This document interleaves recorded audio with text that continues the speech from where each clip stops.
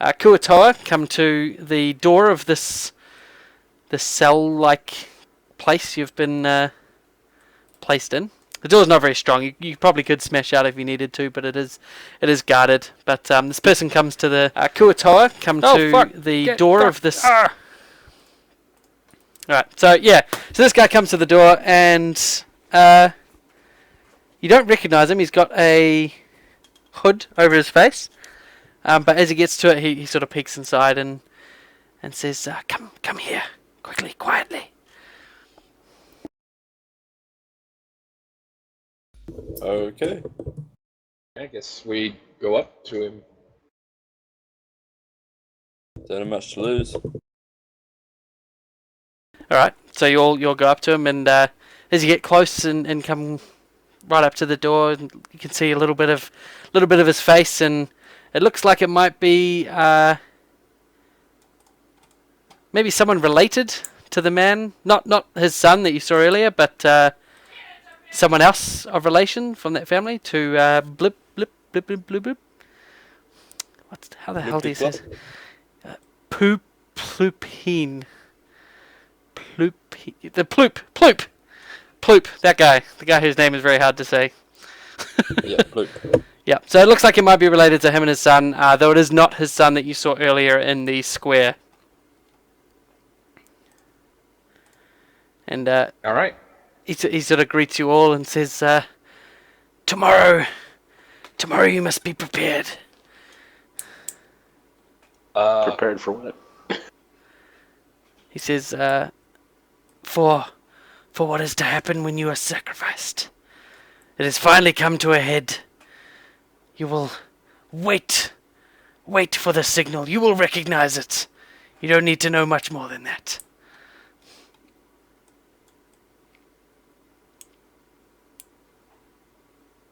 Can I try and persuade him to tell us more? You can ask him. Or like what Yeah, would you like? I feel like we should know more because I feel like we're kind of in the dark a bit here. He says, well, when you get sacrificed, some of our supporters will, cause a bit of a scene. That'll be your opportune moment to strike. The way you're saying this, it sounds like after we get sacrificed, something's going to happen. Just want to clarify that that's not what you mean. He shakes his head and says, No. We will do it as they begin the ceremony. But I'm sure before most of you are killed. Most of us are killed. Great.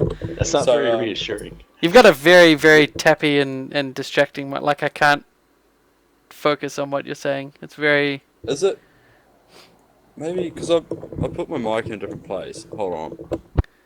It sounds like whatever it's on, you're moving repeatedly against it. It's on my desk. How's that? That seems... Shall I keep talking?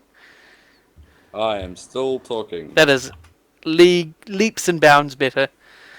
Okay, I wonder why the desk affected it so. It just sounded like that the whole time. Oh, That's okay. pretty much exactly how it sounded. Yep. And that was me scratching my mic. Yeah, that's really weird. Okay, I just want to get things straight here. When they start causing a ruckus, do you want us to run or do you want us to fight? He says, well, that is entirely up to you. There will be fighting, but your... And he stops for a moment and thinks, ceremony gives us an opportunity. And then So there's a voice what is coming it? from behind him, and he sort of reacts suddenly, like he's sort of watching out, but he waits for you to talk some more. I ask, so what exactly is this? Is this a rebellion of some sort that's been brewing? He says, well, you understand my Uncle Ploop, and he sort of reveals that he's his nephew. He is the Archbishop of the Sea Mother. Yes. You know this to be true? Yes. Says, well, the lady who demanded your sacrifice and his son are Archbishop and Archpriest of the Deep Father, and there has been infighting as to whom controls how we run this here shrine city. He sort of looks around again, makes sure no one's coming, and says, it is time that this infighting comes to an end. I wasn't aware that the Deep Father and the Sea Mother had such worked against each other. I thought they were more harmonious than. He shakes his head and says, they do not work against one another. It is those followers who blindly follow what they're told that can't stand for some others to be operating in a different way. I see. For there to be true harmony, there must be no us and them. There is only to be us. You know. Alright. Like all religion. Yep. Well, if there's going to be a fight, I'd like it to be a fight I can write a story about. And a song. Make some shit up, I mean. Yeah. Run away and say you fought valiantly. I do that anyway. Run away and say I fought valiantly anyway. Yes. And another voice sort of comes back from the other side again, and he turns and says, "Now I must leave before I am seen by anyone important." And he sort of begins to shuffle off back the way he came. Thank you, friend. Just waves. Bye-bye. What kind of wave was it? Like a single hand up, back towards you without turning to face. If it's so important. Thank you. And so he buggers off, leaving you all here in this house for the remainder of the night. You guys do anything? Try anything? Want to try anything? Oh, what's all our health and stuff like? We had a long rest, didn't we? Yeah, I believe you're all tip-top shape. Yeah. Excuse my burpees. I will say the shit out of some prayers. All right. I'm gonna look around, see if there's any easy escape routes, just in case we want to leave early. Well, I mean, the house you're in, if you're on the map, I will put a square on. Oh, it's a terrible color. So you're basically there,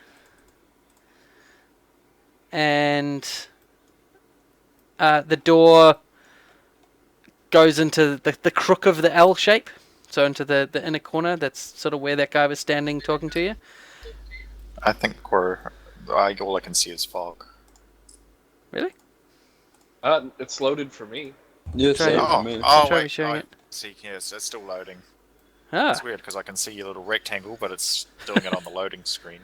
that's weird. Let me try masking and unmasking it just in case that's broken. Delete mask. No, it's just my slow internet, I think. Ah, okay. Alrighty.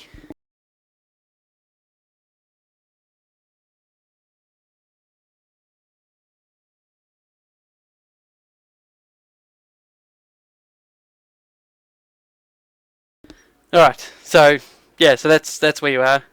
If you can't see it, I can link you a little picture if it still hasn't loaded. Yeah, it still hasn't loaded.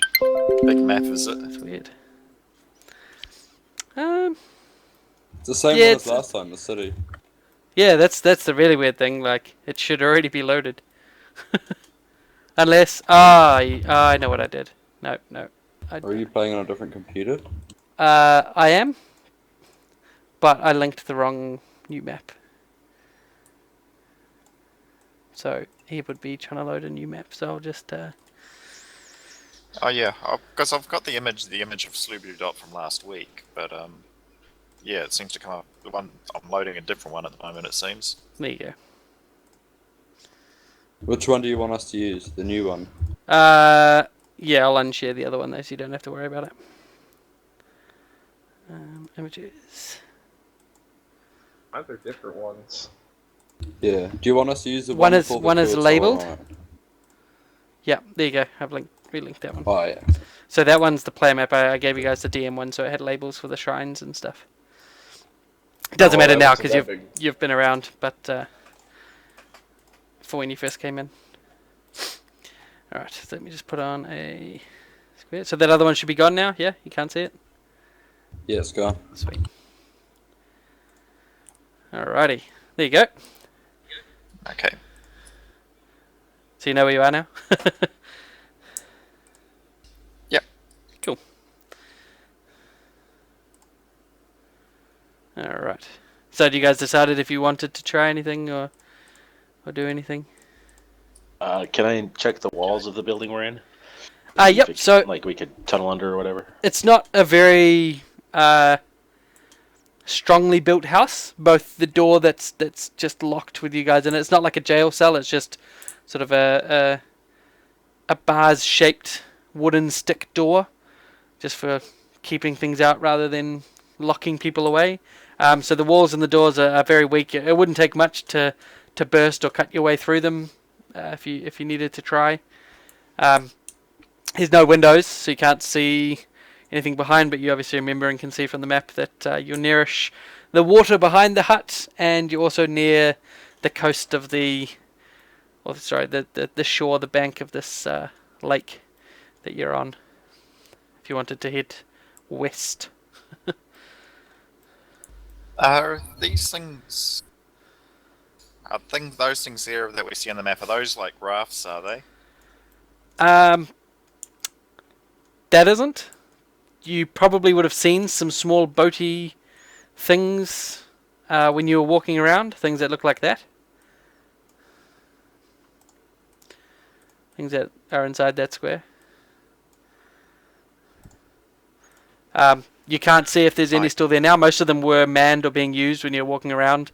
So it's hard to say if there'll be still any there when you go, or ready to go in the water. Maybe shored up, moored up, whatever. Well, I'm sure if we help in the revolution, then they're probably more likely to assist us. I hope anyway. I'm just gonna play a merry jig. All right. Start playing some music. Upbeat. Yeah. Okay, so when you start playing some music, the guard that was near your door, that was convinced to move a little bit away and turn a blind eye by Ploop's nephew, he quickly comes to the door to see the source of the noise, and gruffly tells you in common to shut the hell up. I'd like to say to him, I'm sorry, friend. This is gonna be my last night on this piece of land, and I'd like to see it off in the only way I know how. You know what that is? I think. Are you playing like Rock Band or like typing or something?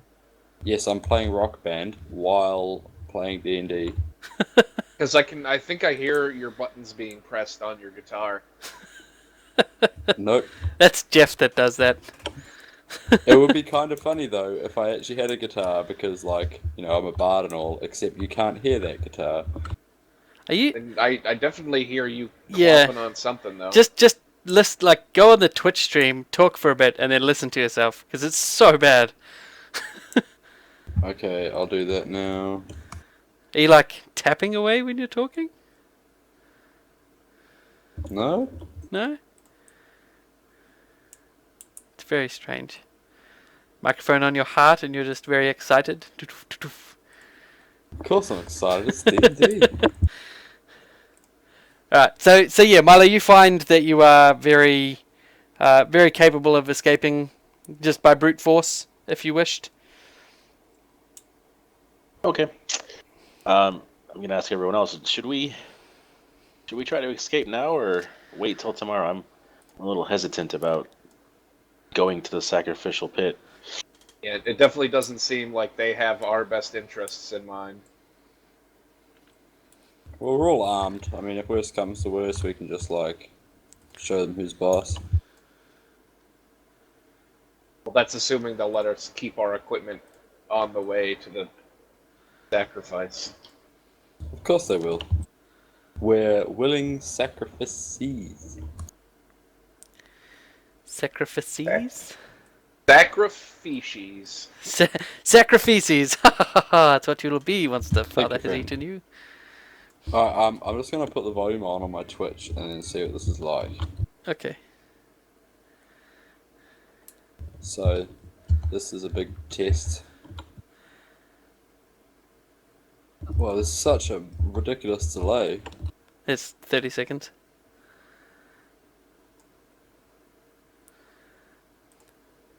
Wouldn't be a delay if you just subscribed to me. Jeez. User disconnected from your channel. Rahul's had enough. Oh wow, I see what you mean. Yeah.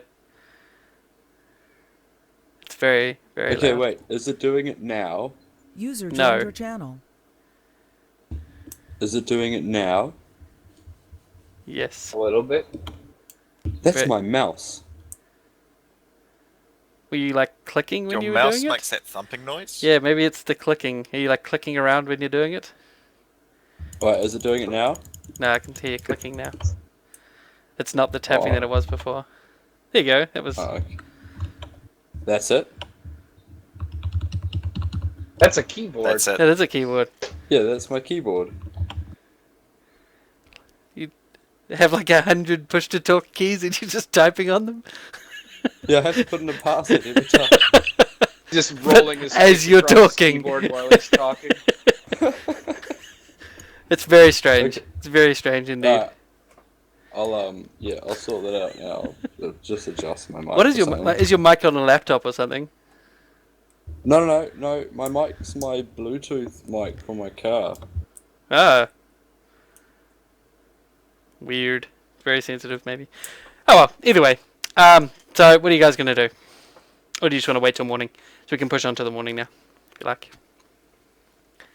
I think so. Yeah, I'm happy to wait till morning. Pargon, you sounded like you wanted to not get sacrificed. Yeah, well, obviously, but I was. I'm not going to act if no one else is going to want to. So I'll just. I say we play it by ear. I mean, I say if it looks like they want to take our weapons away or do something, then yeah, we'll make a scene early. But otherwise, yeah, we'll see how things go. Yep. So I just continue playing my merry jig. He sort of, grunts and, well, I suppose it's better than you kicking up a stinking screaming like some of the others. And then I start singing. Oh, fuck fish, they're a bunch of dickheads. Pargon, Dagrin joins in with an insulting verse. Fuck, my mouth is not working. It's with the words and the forming of them. It's too difficult. So yeah, you get shushed every now and then by people that are trying to sleep in the huts around you, and someone sort of shouts out, "I've got a big day of killing tomorrow," and you get shushed a few times, but you obviously would play on through, completely oblivious until you fall asleep. And the morning comes around, and well, you assume it is. The people arrive at your door. There's a large, sort of maybe 10 Kuatoa rock up, and at the front of them you see none other than the blood-covered female Kuatoa that you now know as the Archpriest of the Deep Father. She's heading this group as they come to your door and usher you out of the cell house. She's still covered in blood? She's got a little bit of dried blood around her fingers, fingernails, and her clothes are stained with blood, but there's no fresh blood on her at the moment. Okay. Yet. How does a fish not wash up? Like, what the fuck? Maybe she just didn't want to, do that. Oh, I'll just check the combat tracker. Apparently Topsy and Turvy are back. They've been on there. Yeah, they've never left. There Just you go. been shadowing the party this whole time. Exactly. They just stay in the combat tracker because otherwise I'll lose their character sheets. So you see, as you come out, you see actually you see Shusha as well. He's in the group, and he's sort of standing at the back, a little bit uncomfortable with what's going on, but he's there, and he's part of the group of guys a group of Kuatoa that are bringing you to the Deep Father's statue. Obviously not worried enough to do anything to help us. Not at all. He wasn't worried enough to do anything to help himself when he was caught by the drow, so he's probably not going to stick his neck out for you guys now. But as you guys are sort of shuffled past, you sort of walk past him, and as Milo walks past, because he's the closest and just happens to be, you hear a quick whisper from Shusha, and he says the following to you. You got pretty lips. and you just catch that as he walks on, or you walk on past him, and then if you all turn to try and see him again, he actually leaves the group and disappears off. But Did I notice that exchange take place? roll me a perception. Tower? Doesn't matter. Yep, you would have seen him lean in close and whisper something to Milo for a moment. Can I ask Milo, using my awakened mind, what that was about? Sure. I'll say that Shushar whispered to me and said that Ploop wants us to watch for flashes. I guess that's when things will go down. Okay, I will relay that to the rest of the party in my, using the awakened mind. Sweet. So everyone's now aware of the conversation. And you're all. It's only a short walk to the altar where you're expecting to be sacrificed, and you're sort of ushered to just in front of the statue, just where the bits that had also that little stone thing had the blood and the groove cut into it, where obviously things are regularly decapitated. And the archpriest, she begins sort of addressing the group of Kuatoa who have come to attend, and as time goes by, as minutes gather, so do more Kuatoa, and they come thicker and faster until there's easily 70 or 80 Kuatoa, almost could be the entire town or near to, gathered in front of the altar as she's speaking in Undercommon and preaching, it would be, to the crowd. So I know what she's saying. You do. It is all manner of prayer, and this will bring us blah blah blah goodies and things and praises from the Deep Father. Rah rah rah goodies. Rah rah rah goodies. So it's nothing particularly of interest. It's, if you've heard religious sacrificial fervor before, you've heard it. It's just swap out one god's name for another. I've sung about it. So after about 10-15 minutes, the whole area is stock full of Kuatoa, quite deep, and then you hear the preaching reach a crescendo, and she says, and the first in line will be you, and she turns and points directly at Dagrin and says, you will step forwards now. And two Kuatoa, large Kuatoa, walk up to either side of you and go to grab you on either arm and shuffle you forwards up to this bench.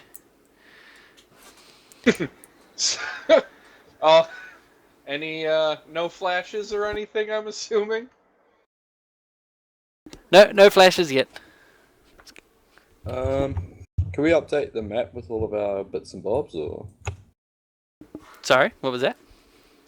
are we able to update the map with all of our bits and bobs? With you guys yet? Yep, I sure can. Thank you. Alright.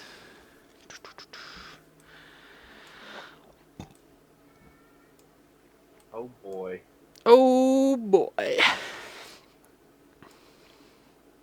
Oh, is Jim Jar still with us? Yeah, everyone's with you. Except for Chusha. And the dwarves? They died. Doors are Yeah. dead. Yeah, no, that's why they're not there. Right. I put Dagger on? Yes, I put Dagger on. So he goes up to the front. They're not going to sacrifice Stool, are they? Those fucking monsters. At Well, least you won't be around to see it, Dagon. yeah, he's last in line, so no one will have to see that terror come to fruition. This was Stool's doing the whole time. Stool's He's the evil mastermind. clapping and laughing gleefully as you're all decapitated in front of him. How could you, Stool? So this large group represents 60 to 70 Kuatoa. 60 to 70. No, so most of them are Kuatoa townsfolk. These ones are sort of the ones that you can see with weapons. So you're flanked on either side by two of these Kuatoa, and they start bringing you up a little ways. I have all my stuff on me though, yeah? Yes, you are fully geared. And this is the father statue, is it? Yes. I'd already arranged everyone into squares, Dan. No, you hadn't. Yeah, you just needed to click move. Well, that's difficult. Yeah, for some reason I can tell everyone's character that I want to go there. Yeah, you can suggest. You can control moves for anything, anyone, yeah. I think. Oh, okay, I never knew. It's only new to you, bro. Only new to you. So, do you let them pull you up towards this offering altar? I'll get up fairly close to it. Where's the Kuatoa? So Kuatoa 17 and 27 are the ones that are on either side of you, pushing you towards unnumbered Kuatoa. Unnumbered Kuatoa. That one, what? that's moving left to right. Just Kuatoa. Oh. It's got no number. So is she? That's the head priest lady. Yes, I'll name her. So actually.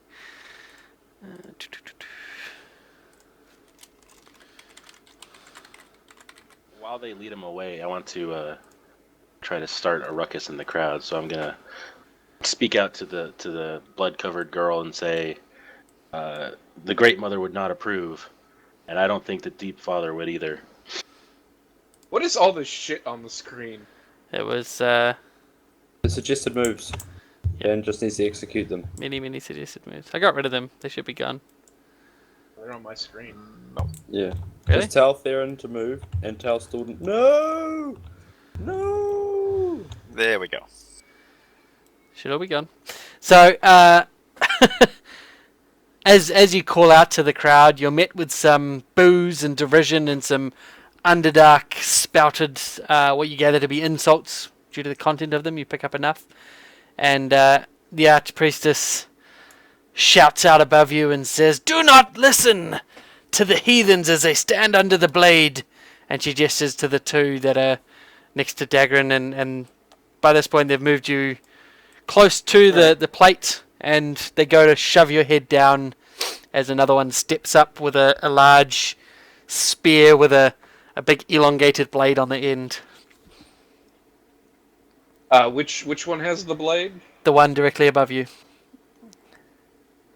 And the Archpriest says, "The time has come for us to acknowledge the divine vision and welcome it. I've brought these as offerings." And she says this to the statue, and says, "You would be wise to accept them, Father. And then, as she turns back to the crowd, Dagrin, roll me a perception. About to stab this bitch anyway. So you notice a brief flash, like something reflective has been glinted towards you. Okay. Is this the big knife or whatever? Is it like an actual weapon, or is it just like a really weird ornamental dagger that's going to be useless in combat? It possibly would be a weapon. They would definitely be able to do some damage with it if they hacked at you rather than just at your undefended neck. Right. If like drawing a weapon and a shield is a move action, yeah. It is your you can draw a weapon as a free action on your turn. You get one, so you can draw a weapon or draw a shield. All right. I will say, I will like take out my spear and cast Thunderous Smite. All right. On my person.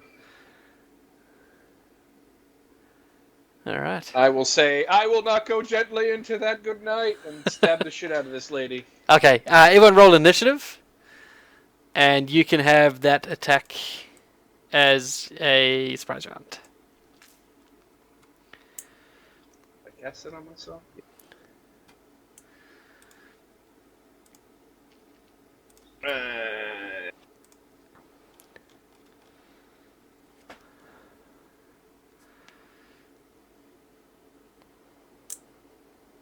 Oh.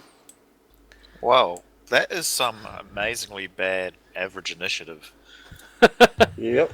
1, I'm 2, probably 2, gonna 8. get really fucked up. I go really last. You go very. It's lucky you got to go first. Really. Yeah. Hang on, Stool goes last. Stool is our friend. He rolled a 1. Okay, so as you stab her, she lets out a shriek, and everyone sort of reels away for a moment, and you hear at the back of the crowd a cry of, "The Sea Mother!" And then a large group at the back, you all see, pull out some weapons and just start hacking into the crowd. Just blades swinging, blood flying, bodies just falling everywhere, left, right, and center. Cries of fear and panic set in through the crowd, and a lot of the Kuatoa that are armed around you look to the priestess, look to the group that's attacking, and about half of them draw their weapons and move to the group that's hacking people down in the street. And Jimjar takes the moment of confusion and heads back out, getting a quick swipe from one of the Kuatoa monitors. He gets a quick attack, which he hits and deals 4 damage to Jimjar as he shoots out the side and towards the docks. And now the Kuatoa, some of them, one's closest to Dagrin. He uses a spear and he stabs at you and deals 3 damage. Then it is Marlo's turn. As all hell starts breaking loose. So all the Kuatoa on the map are Currently people with enemy, swords? yes. Okay.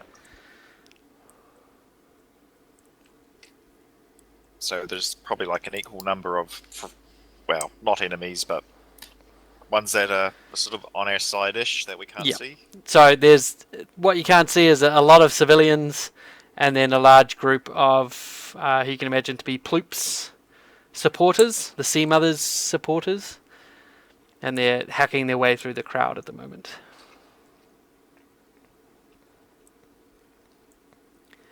And you just wreck his day. Mm-hmm. Smash him for 15 damage. He goes reeling, but quickly recovers, shaking it off. I'm gonna say to Stool to seek cover, and then end my turn. All right, Theron, what do you do?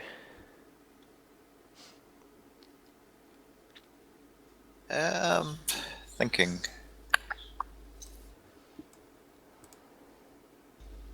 Well, I think stool safety is the most important thing. So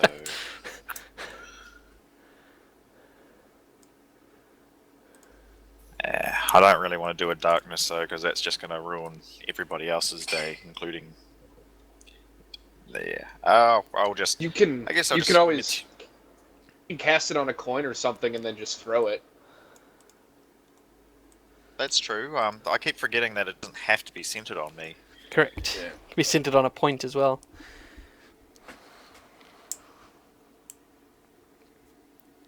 Oh, it doesn't say point. I thought it said like person or object or something. Is it? I don't know. It used to, I think. Oh, it's a 15-foot radius, not a 20-foot. It That's says right. point. If something's centered on a point, can you put it like in between squares? I mean, no, not really. It'll be easier to do it on squares, otherwise it just makes sort of the Yeah. working out where things are more complicated. Well, Something that shares any part of a square is said to share that entire square, basically. And like okay. half-size creatures can fit together on that square, but the first one still inhabits that square. Because my cloud of daggers is like 5 feet on each side, centered on a point you choose within range. Isn't it a 5-foot So, like, radius? It says 5 feet on each side. When So I first got it, I that's- thought it was. That's a radius, 5-foot but square. So you get to choose one square that is. That's way worse than I thought it was. I think it's 4 squares. No, because that would be 10 foot on each side, wouldn't it? Well, it'd be a. Yeah. I don't know. That's a 5-foot radius square, that there, the green one. But if it's 5 foot on each side, that would be that, because that's 5 foot on each side. It's the same as That's the why I thought- flaming orb, which is a 5 foot, like a 5 foot diameter. But the sphere. flaming orb affects things beside it, doesn't it? Not just in it. Yes, but also things that are in it. So, would this one work the same? It depends on the spell, really. What's the spell? It's Cloud of Daggers. Where would I find the druid one? Under druid. In a cube, 5 feet on each side, centered on a point you choose within range, creature takes 44 slashing damage when it enters the spell's area for the first time. So it's more like a thing you'd use to deny an area rather than as an offensive thing. Like going down okay. a path, put the cloud of daggers there, so if they come down it, they're going to be heavily weakened, rather than like a massive area of effect thing. Oh yeah. But I'd say a cube 5 foot on each side is a 5 foot square, like that. Yeah. That shit. Yeah. I'm wondering, am I able to do this in one go? Just tell me if it's possible or not. Could I cast darkness in that location, Mhm. then grab stool and and basically help? Well, I guess run, like carry him using half my movement or something.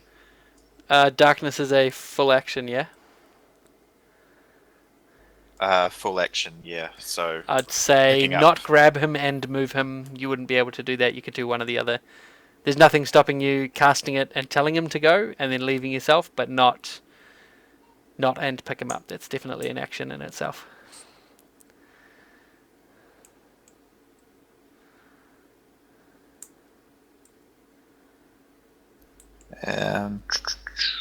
You could cast like Hex or something else. Or try and move him and use a Hellish Rebuke if they try and fight you. Yeah. He's got 4 hit points, so he can't take a hit at all. Correct. Do they If you even picked him get up, I an would attack say... Sorry, go ahead. I was gonna say, do they even get an attack of op since they haven't acted yet? Wouldn't it be a surprise for them? The surprise Yeah. round has finished. You had a surprise round by yourself. So your attack was Alright. a surprise round. Woo! But yes, they will get an attack of opportunity. I was just going to say, if you pick him up though and carry him, any attack of opportunities will be on you rather than him. So you'd still be protecting him until you died. Okay. Okay, I think that's going to be the plan. I will pick him up Yep. and I will run away and take the opportunity attacks. Okay, So so that'll be 2, won't it? Yeah. Yeah. Ah, well. that's right. So roll me a athletics check. Doesn't have to be in the tower.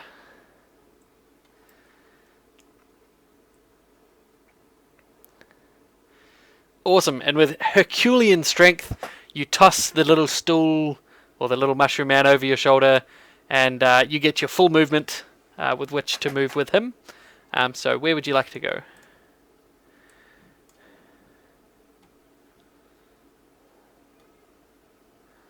I'm thinking I'll head this way towards Jim Jar. Hang on a second.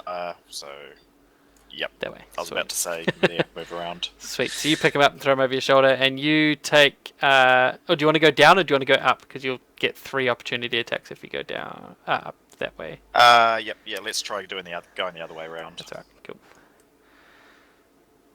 There you go. So you get 2 opportunity attacks from the 2 monitors, which I'll just do one up twice. And they strike First out one with that their hits is fists. getting a hellish rebuke. And for some reason it rolled. Oh, that was 2. So that was 2 hits. Oh, Still hey, targeting Jim Jar. I forgot that the priest lady needs to make a strength check or get knocked back. Oh, does she? Okay, I'll so. do that next after this. Is it Yeah. prone or is it just knocked back 10 feet? Knocked back 10 feet away and be prone. Okay, cool. So the first damage, you can do your hellish rebuke now.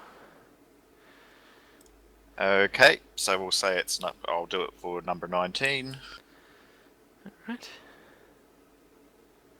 Now, will this automatically cast as a 2nd level? I wonder.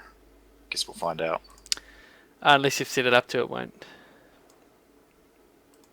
Okay, so I just have to add another D10. Yeah, you can drag the damage and then right click before you drop it, and it'll just add another dice. So he made the save. So that's half of 3D10. It'll automatically do it. So just do that.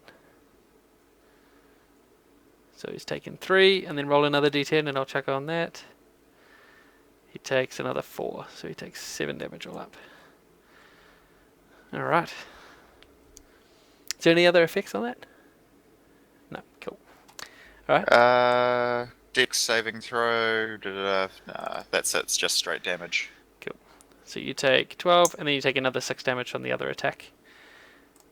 And you get away. So they smash at you, and they wound you heavily, but you manage to protect Stool as you run back towards the docks, following Jim Jar's footsteps. And is that all for your turn? Yep, I'm done. Alrighty. So this Kuatoa, he... Oh, did she pass the save? Oh yes. Sorry, thank you for reminding me. Archpriest. I forced her to roll Is it. it strength or con? Oh right, you It's forced her to roll it? strength. Okay, that was a success. Alright. Yep. Never mind. I can roll it again and pretend I never saw that. It still passed. I'm sorry, I did even better that time.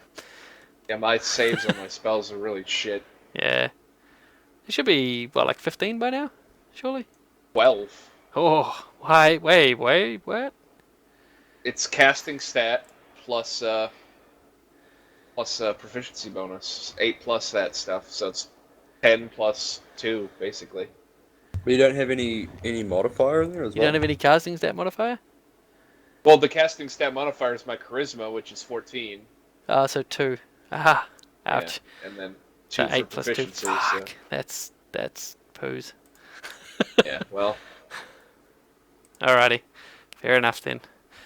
Okay, so this Kuatoa, 14. He was one of the ones that moves down to the crowd. 19 gives chase to Theron and Jimjar. And he attempts to crush Jimjar with his jaws. But he bites and Jimjar deftly jumps out of the way. He manages to avoid getting attacked. And we go to Monitor 2, who tries to attack Milo. Actually, no, he will cast a spell. He casts Milo, Tom, And Dagrin, he says a quick spell, and banes the three of you. Oh, good. What does that mean? Minus a D4 to all our rolls, it's basically. like blessed backwards. These Oh, other yeah. ones all move down to the fight. We're not still blessed from the offering we gave to the Great Mother, are we? You should be, yes. So you will have bless and bane going, which is it's a lot of dice. Do I you think have? they cancel each other out. No, they don't cancel each other out. You can roll a 4 and a 1 and have it do that. Dagon, could you just Really? cast blessed on everyone except yourself? Oh, yeah, sure. Sure, my pleasure.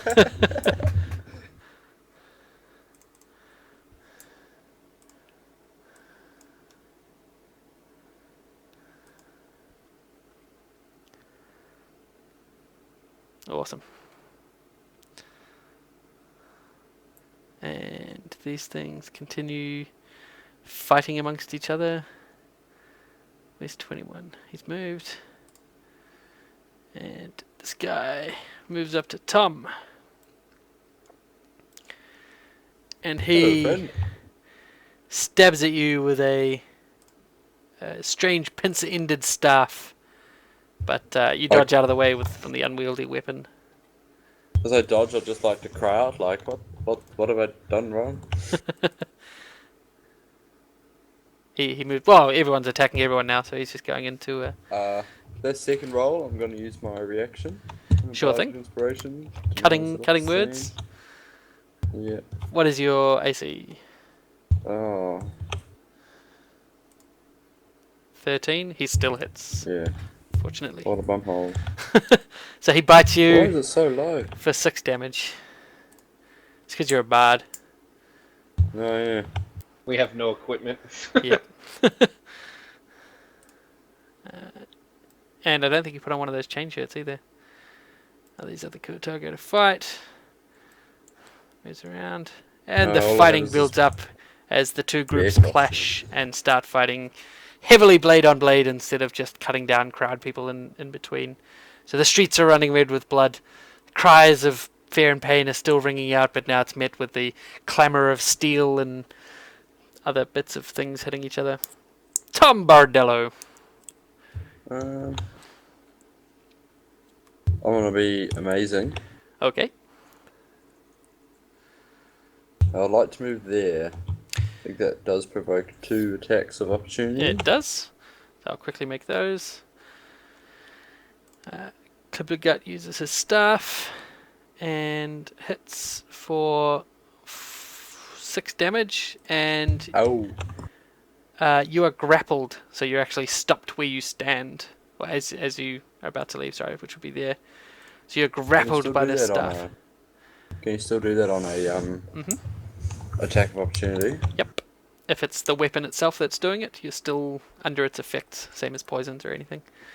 So he grapples you with this staff, and you're grappled and can no longer move any further unless you try and spend your action to break out of the grapple. Can I still cast a spell? Is it a action or a bonus action spell? An action. Then you can't break out and cast a spell, but you can do one or the other. So you can cast a spell from where you are. Yeah, definitely. You still can. Cool. Sorry, I thought you meant after you'd broken the grapple. I'll chuck. Actually, Milo's got awesome stats anyway, it doesn't matter. I see where this is going. I tried to move away. Oh god, I don't want to move. Now, if it works as well as it does in your other game, it's It probably does. worth it. It works very well. It's just it I might wanted to get hurt those- Milo. You wanted to get those 3 three along the bottom? ones. They are locked in combat with the other ones, so they're not hugely a threat at the moment. You're going to collect some, and there's obviously going to be some civilians in the middle as well that you smash and explode with Thunderwave, but, collateral Yeah, that's damage. They were willing Yeah, to it's war. sacrifice you, don't feel bad about it. Yeah, it's war. Okay, and I'll target.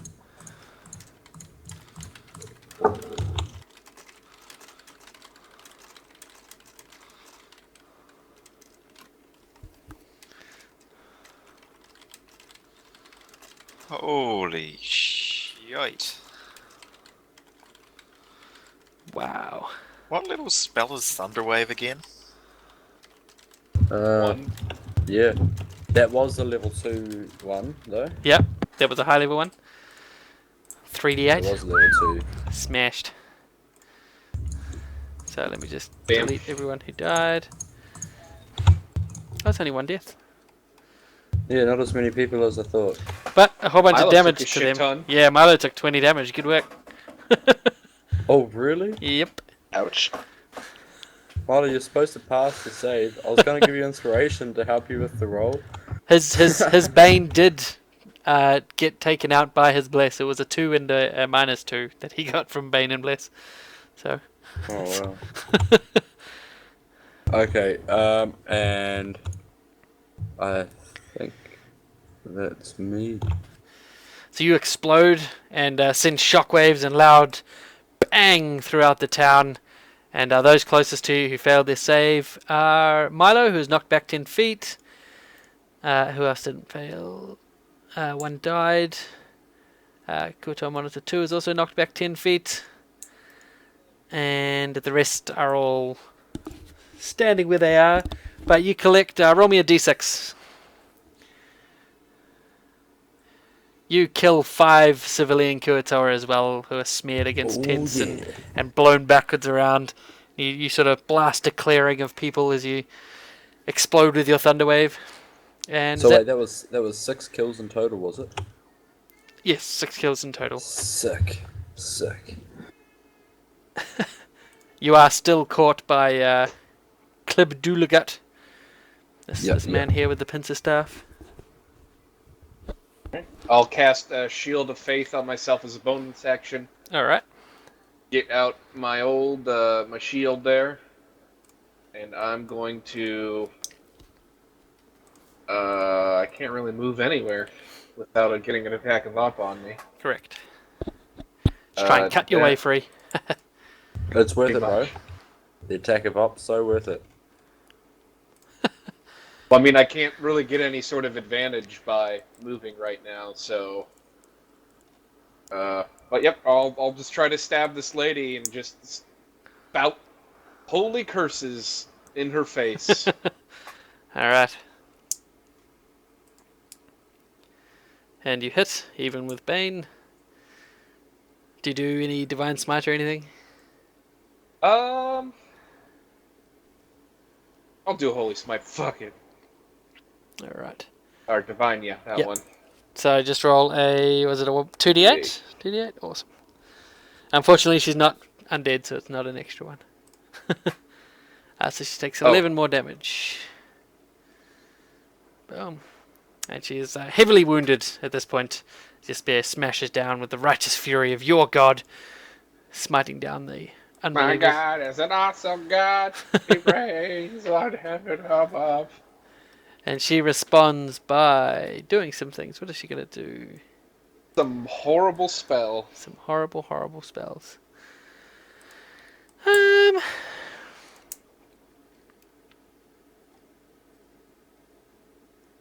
She attempts to bite your face.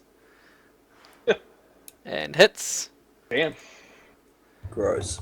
for 4 damage. And she follows it up with a stab from her pincer spear, which misses. She's terrible. And she casts Shield of Faith on herself as a bonus action. What a hooker.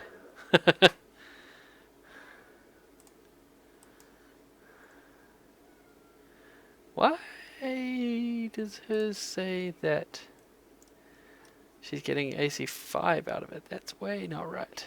Whoa. Alright. That's not correct. Yeah, it's plus No. 2. I don't know why it says 5, so let me just undo that effect. Change it to a 2. Want me to cast it on her? No, it's fine. I fixed it. Oh, good. And that ends her turn.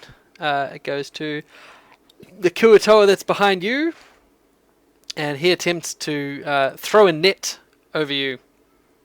But he misses it and it sort of slides off your shoulder pretty uselessly.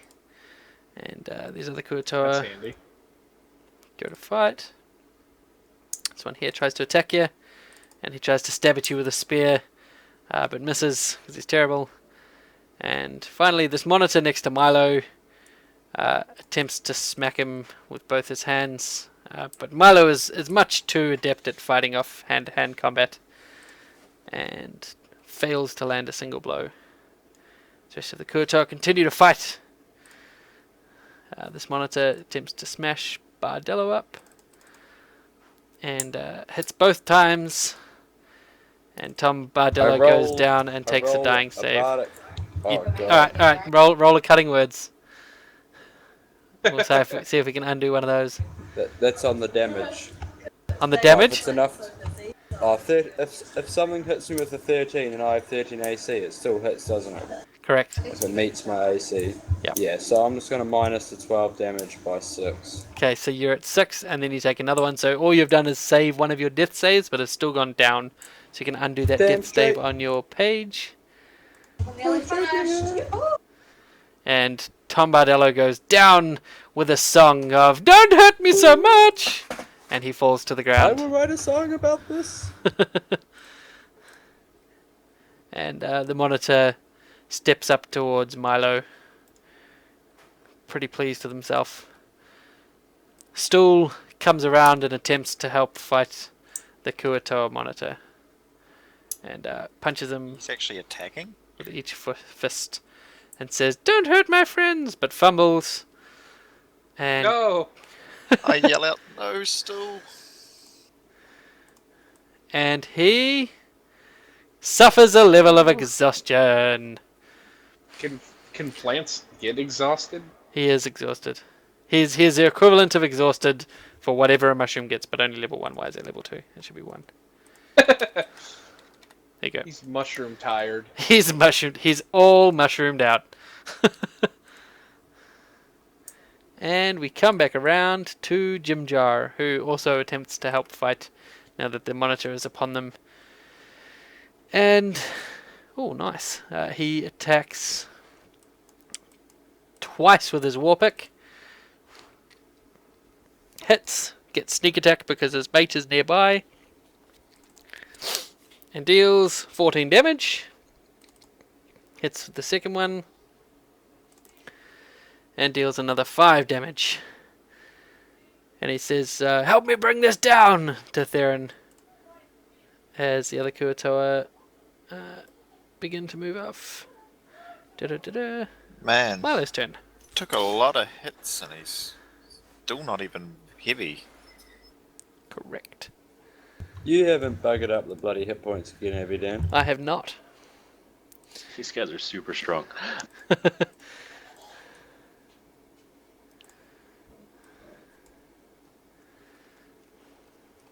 Let's see.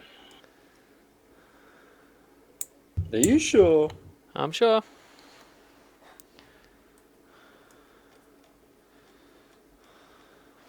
Are you sure you're sure? 100% sure.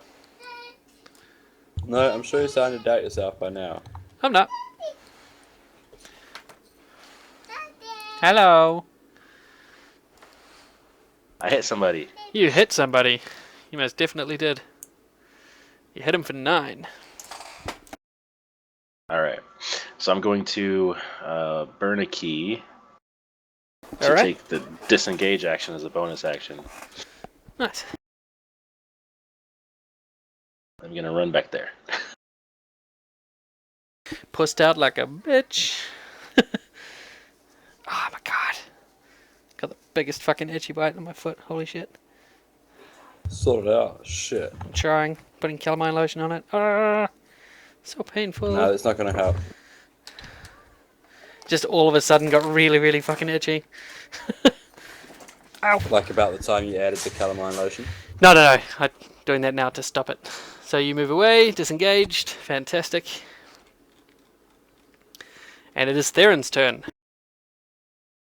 Quick question. How deep is the water directly above Jim Jar?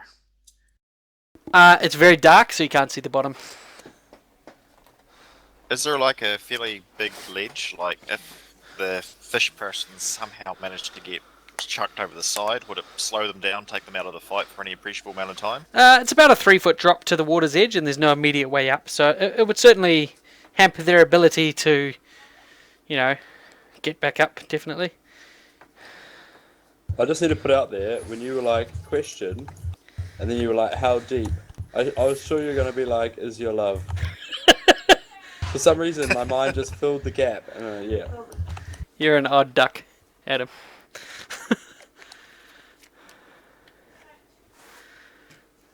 I guess. Well, for now, I'll awaken mine to Jimbo and say, "Do you think you can circle round, and give me a clear shot at him, to push him off the side?" But for this turn, I'll just materialize my packed weapon and Yep. start hacking. All right. So you say that to Actually, Jim Jar, and he nods in agreement. But actually, before I do that, I will hex this dude and give him a failure on dex saves. Okay.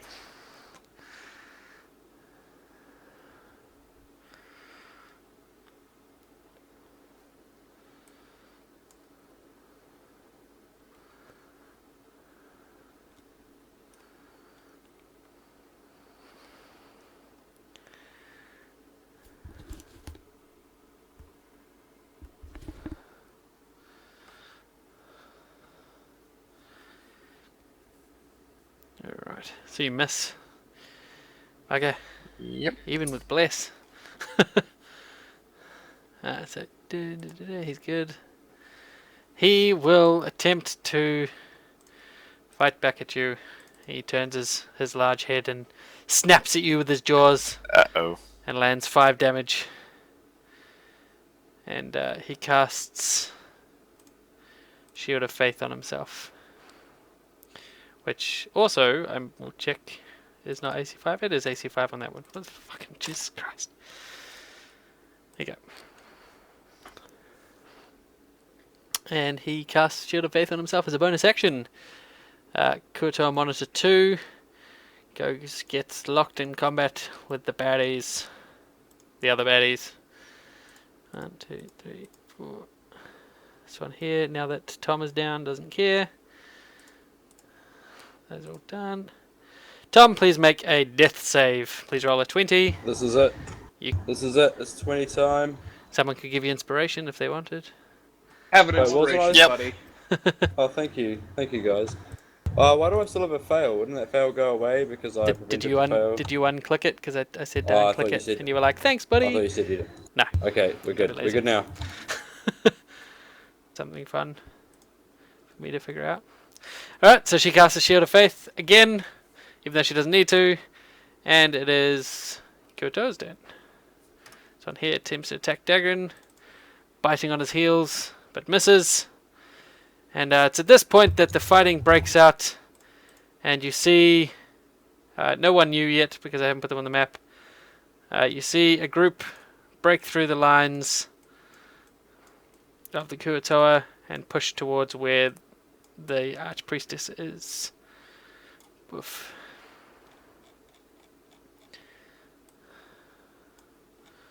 Trying to steal my kill. Most definitely are. And you see Ploop at the head of this. Oh, go away, top cent heavy. Ploop at the head of this group that's broken through, and he screams to the Archpriestess, whose name is Blop, by the way. Blop and Ploop. And he screams, "You will die! You will die!" As him and his group charge forwards and try to make them die. So one attacks that one with a spear and a bite. Hits and misses, so hits with a bite and deals 5 damage. This one here swings around to fend off the group that's arriving. Spear and a bite. Hit and miss. He wounds him. La la la la. And you have backup as they come in and fight around you. Battle rages hard. This monitor comes down and attempts to smash his way through the ranks of those with 2 unarmed strikes, which he lands both hits. And he kills one with his bare fists, rips its head off before it can get so far. And the other monitor, where's that one? He continues up to where Theron is. And he tries to bite Theron's head. Uh-oh. Hits. Fuck. And knocks Theron down. Hey, Bard, what are you doing, man? Oh, you're dead, that's right. Still shouts out and says, "No!" and attempts to attack the monitor with both fists. Hits both times. Did you say stool? I thought stool counter. You've all got We can spores, hear don't him you? 'cause No, just I'm the only one. Still. I thought Theron me got and spores as Theron- well. Dragon. Yeah, Theron did, yeah. Yeah. So I would still, have thought after the week, over the weeks of travel, we probably got them anyway. Tom wouldn't. Oh, yeah, his threat was killed. Like, Yeah. Yeah. So we'll say his spores do. So he smashes the dude for a whopping 10 damage in his rage. but Damn. he is now near the dude. Jim Jar attempts to continue beating up this one. The multi-attack. Unfortunately, he doesn't get sneak attack. He only gets the 2 Warpick hits. It deals 16 damage. And it is now Milo's turn. Milo, you see Theron go down. I need to help him. Gonna get close and try to take out that one guy. Alright.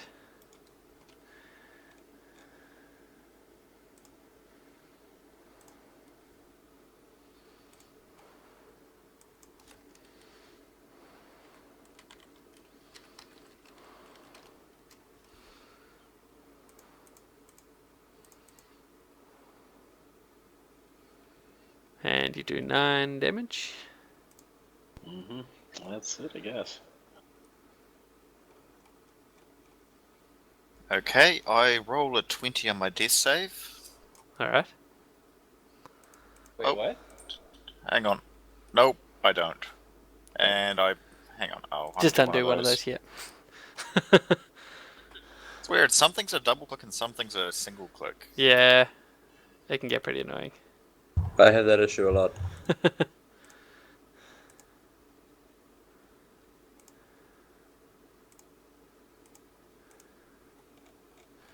Alright.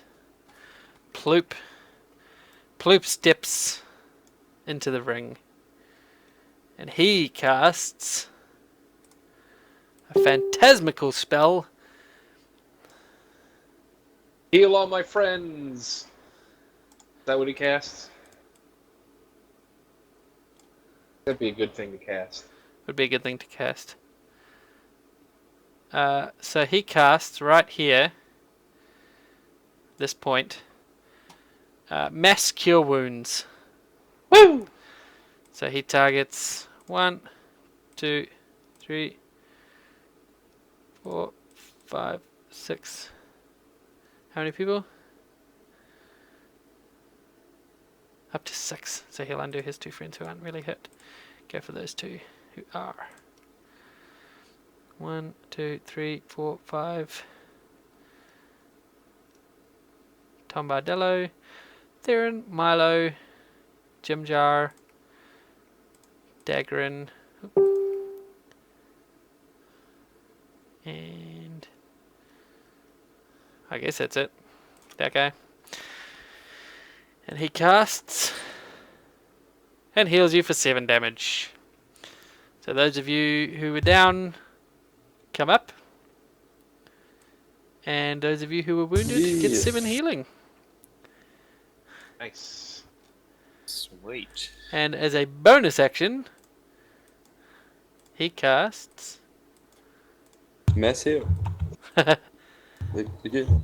Sanctuary on... On stool.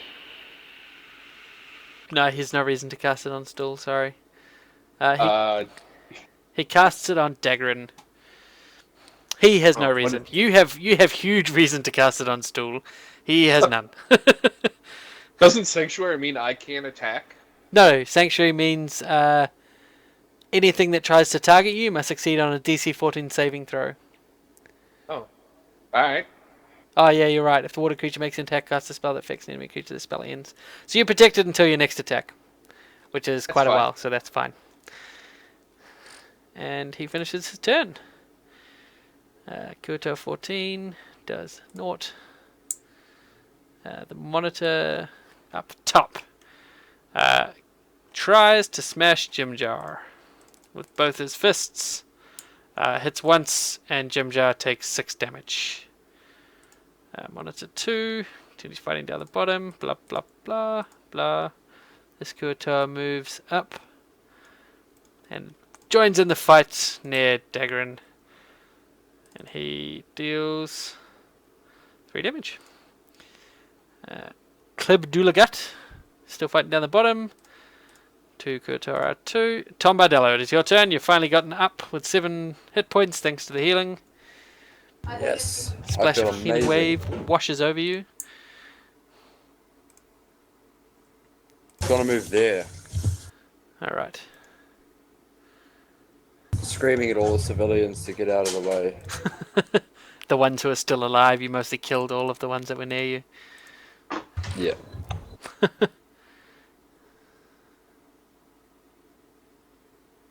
Is that right? I think I missed. I think I gotta go there.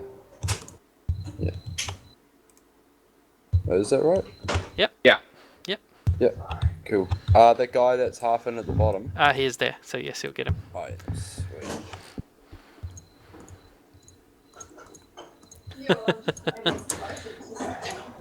And like strumming my guitar and some kind, loving words. Dun-dun-dun, splash. It's the final countdown. Not many fails, but good damage. Very good damage. Another 20. Pretty damn high. Dead.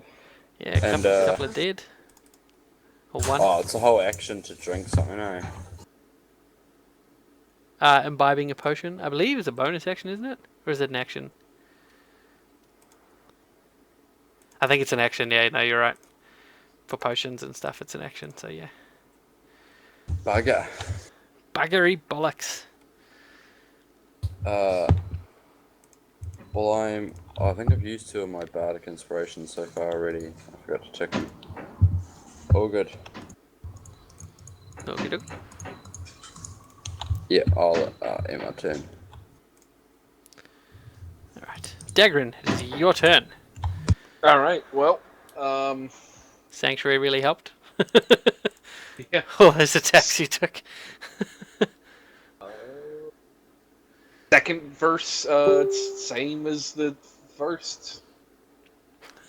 Right. And you hit her.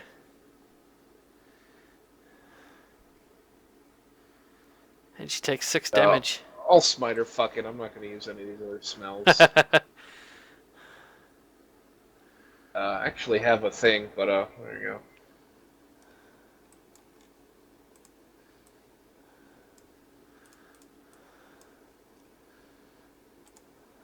This could be 13 damage. Alright. Okay. Now, as you smash her down, you do enough to kill her, but something holds her still up. Something holds her awake. She goes down for a moment, and then her body is sort of pulled upright and alert again, saving her from the brink of death. Unholy abomination! Unholy abominable. Exactly what I Very said. nicely done. Holy Obama boo. Alright, so that's your turn? Over? Yep. Alright. And as she's sort of suspended there in front of you, when by all rights she should be dead, you see a mortal wound from your last strike cleaved through her body. She begins chanting strange language, not Underdark, nothing you recognize, monotone and keeps coming and coming further, more than any normal set of lungs would ever be able to speak continuously, and another sound begins to rise above the sound of battle and the cries of the Kuatoa, and there's a vague splashing noise coming from the lake that begins to rise with it.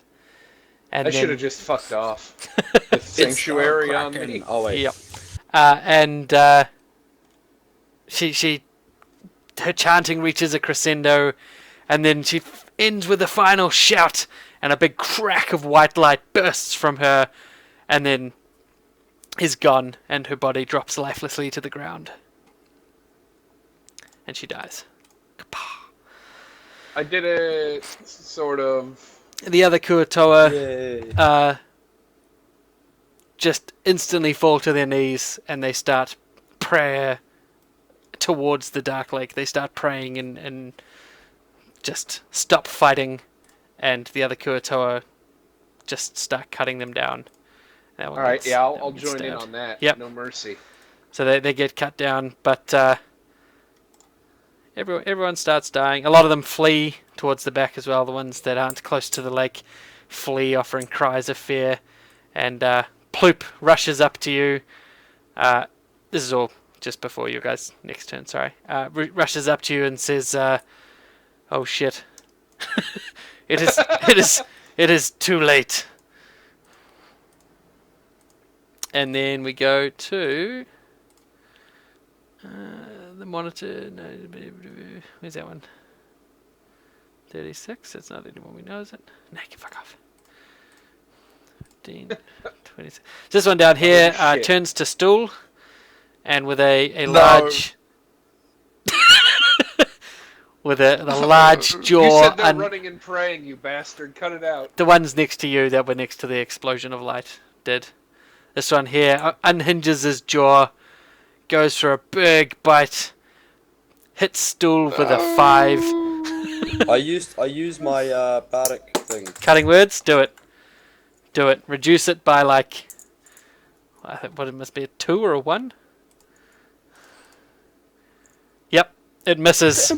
Cutting words. You swear at him, and his jaw twitches at the last second, and Stool dodges out with a cry of alarm, and he misses. And it is Stool's turn, and Stool dodges around. Can I scream at Stool, "Run! Save yourself!" He ignores you and continues punching at the monitor.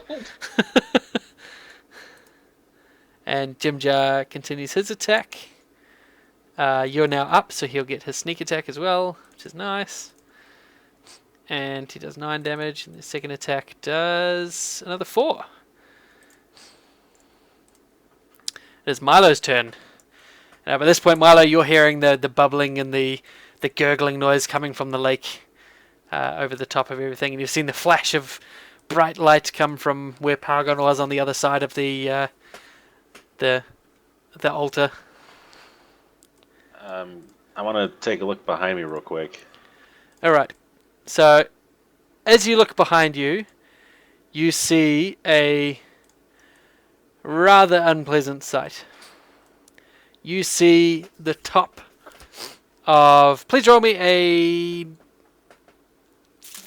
No, I should have saved the spell slot. Roll me a religion.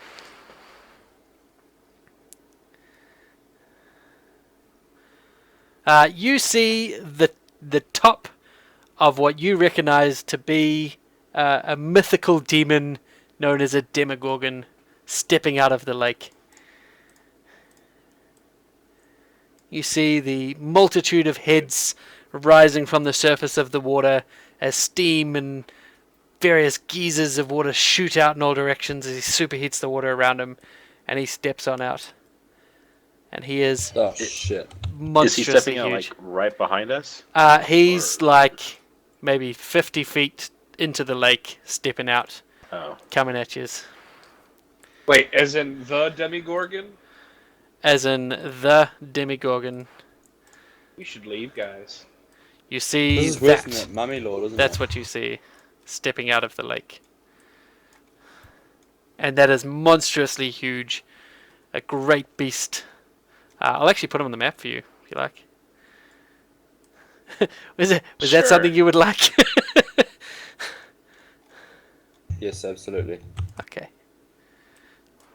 Well, May as well. I mean, if we're going to be fighting him. Or not. This is the size of the penis about to be shoved right up our butts. he's about there. What do you have to do with Kuatoa? Huh? Alright, I'm gonna yell out, we should probably think about running, guys. And then take a swipe at the guy I'm facing.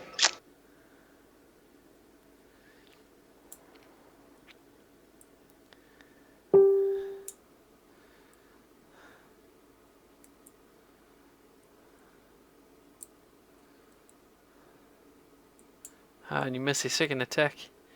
Yeah. The guy has too many hit points. They have a lot of hit points. Yeah, Dan mucked up when he was rolling them. I didn't muck up, mate, buddy, pal, friend guy. I like how you covered all bases there. I did, dude. Theron, it is your turn.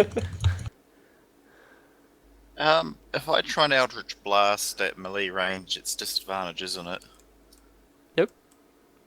Eldritch Blast is a save. not. Is oh no, it is a range attack. You're right. Yes, it will be.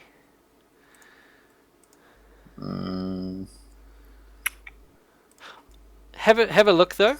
Just check your. Or I'll check for you. I I don't think checked. spells It's a ranged spell effective. attack, so It is assuming range. I just wasn't sure if it was ranged weapon attacks that had the disadvantage and spells weren't, but if spells are the same. Oh, I don't know. I'm pretty sure I've never that heard of yeah. spells being a disadvantage for close range. Let's have a look. Hang. Well, we'll play it as that for now. I'll look it up later. Okay. I might then. Actually, I can draw I could draw a short sword in my offhand as a free action, can't I? Which would bring me up to dual wielding. Yes. Yep, definitely. If you've got one in your main hand, you can spend your free action to draw a second one. Yep. Okay, I'll do that. Before I attack him, you probably want to wipe out the hex though, because when I got knocked out, that probably would have disappeared. Yep. Which one has a hex on it? It's Oh, it's 19. you. It's on you, isn't it? Yeah, the yeah, hex it's is on right, me, yeah. and I've targeted him. There you go. Gone.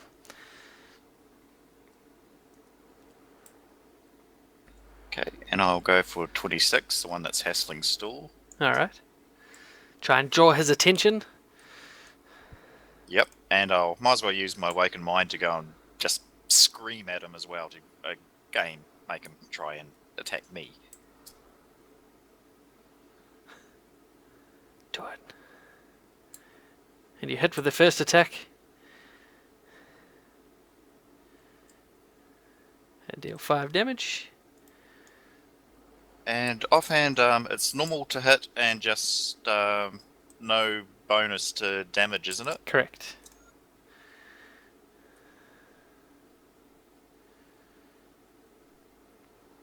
Just hang on, I'm just editing the weapon.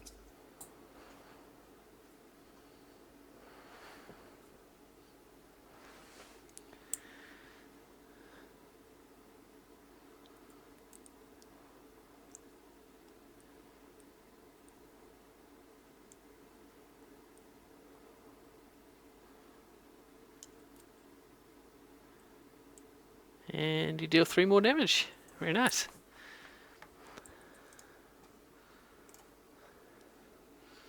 Okay. Ploop, upon seeing the Demogorgon, says again, shit, bollocks.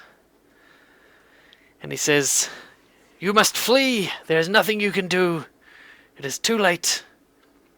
And he casts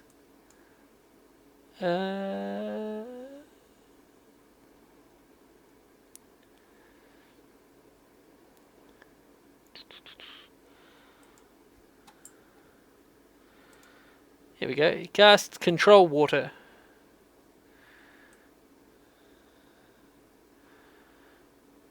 And he casts a 100-foot square of water. That'll be 50, wouldn't it? There we go. Centered on the Demogorgon. And he starts a whirlpool.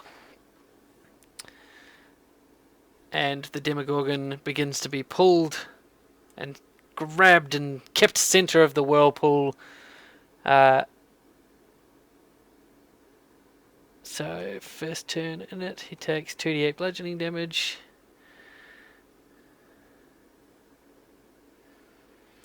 On a strength saving throw.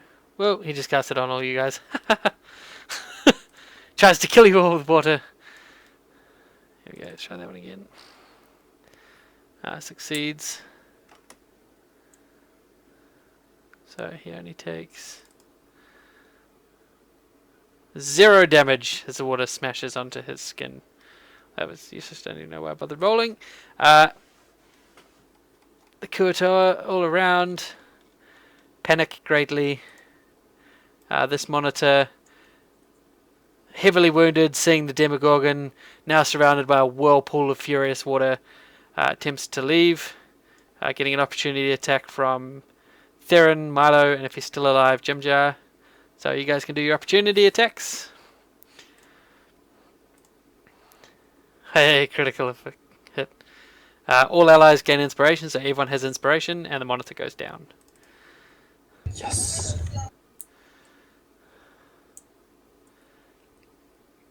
Sorry, Theron, your attack was too late. The other monitors. Kuatoa rushes up to you, Kuatoa, and says, "Quick, to a boat!" And he points to a ramp over the way he's travelling and dashes over there. And says, you can escape if the Demogorgon does not turn his attention to you. And we go to this guy, who steps forwards, and he begins offering a prayer to the Demogorgon and starts thanking the Deep Father for sending such a fine example of his strength and power. And the other Kuatoa are pretty fearful, but sticking around and waiting to see what happens as it turns to Tom's turn. I thank you, Father.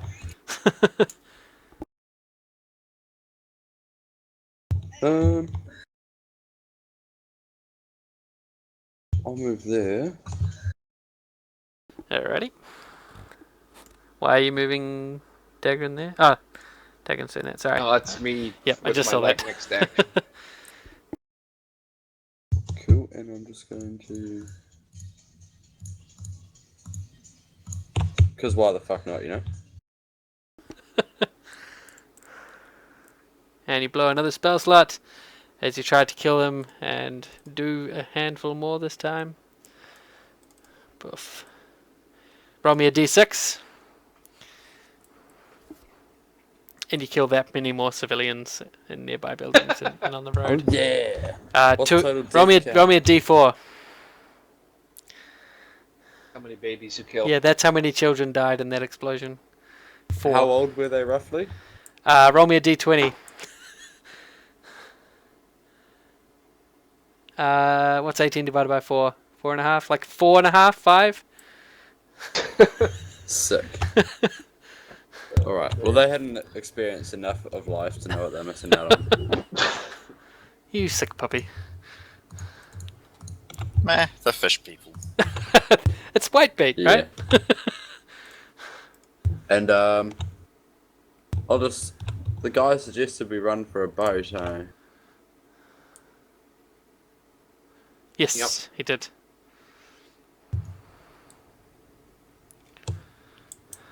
I'll use the other 25 my movement to run there. Actually, probably a good idea that I don't. I just realised that I'm really low on hit points. Nope, I'll stay exactly where I am and await further instructions. Call out to someone to... I need saving. Help! Give me some guidance. I'm getting mauled by roughly 4 children.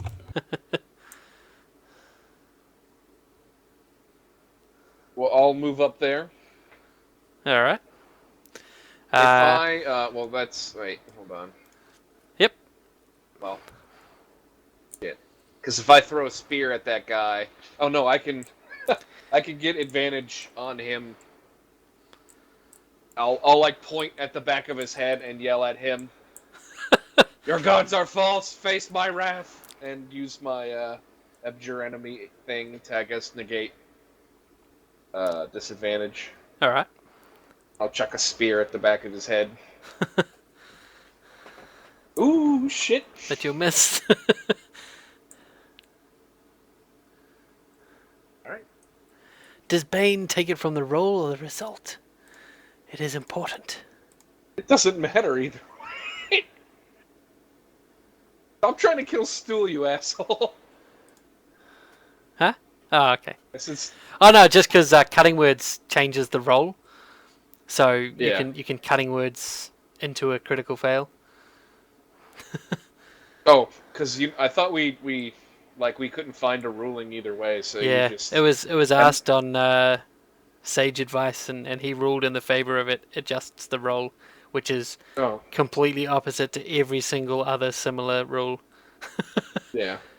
Yeah, that seems a bit odd. It's So real you can dumb, also eh? roll into a crit as well. It's makes it way more powerful. Yeah, well, the whole thing was people were arguing that a critical hit always hits no matter what, and that the wording of it would say that it changes the roll from a critical hit. Other spells are treated as modifiers, so you roll 20, then you take off a d4 from the attack roll, but because you rolled a 20, it doesn't matter, regardless of AC or anything you hit. Whereas the wording of that, and he confirmed it to mean that it can change the roll of the dice rather than the outcome. I like that better, though. I guess that's quite cool. Yeah. I do like it as well. I just don't like that it's different to everything else. But it's like... Well, it makes sense, because it's the bard's central ability, and I mean, it's better than Bless, but I mean, at the same time, you might as well just cast Bless on everyone. It's like Yeah. the same shit. And it's like Bless doesn't count as that, but if you get a Bless to add to your death saving Dying throw, save, and it puts you up. above 20, it counts as rolling a 20 and coming back at 1 life. I think that's just a And- limitation of Fantasy Ground more than like an actual rule. No, that's a thing in there too. If the value is 20, you come back at 1 life. Oh, alright, well. Yeah, And Bless lasts an hour, doesn't it? it's 10 minutes, I think, isn't it? Yeah. Oh, no, it's in it. Yeah, no, it's not that long. 1 minute. 1 minute. Right. So like a combat. Bardic Inspiration is 1 move. Yeah.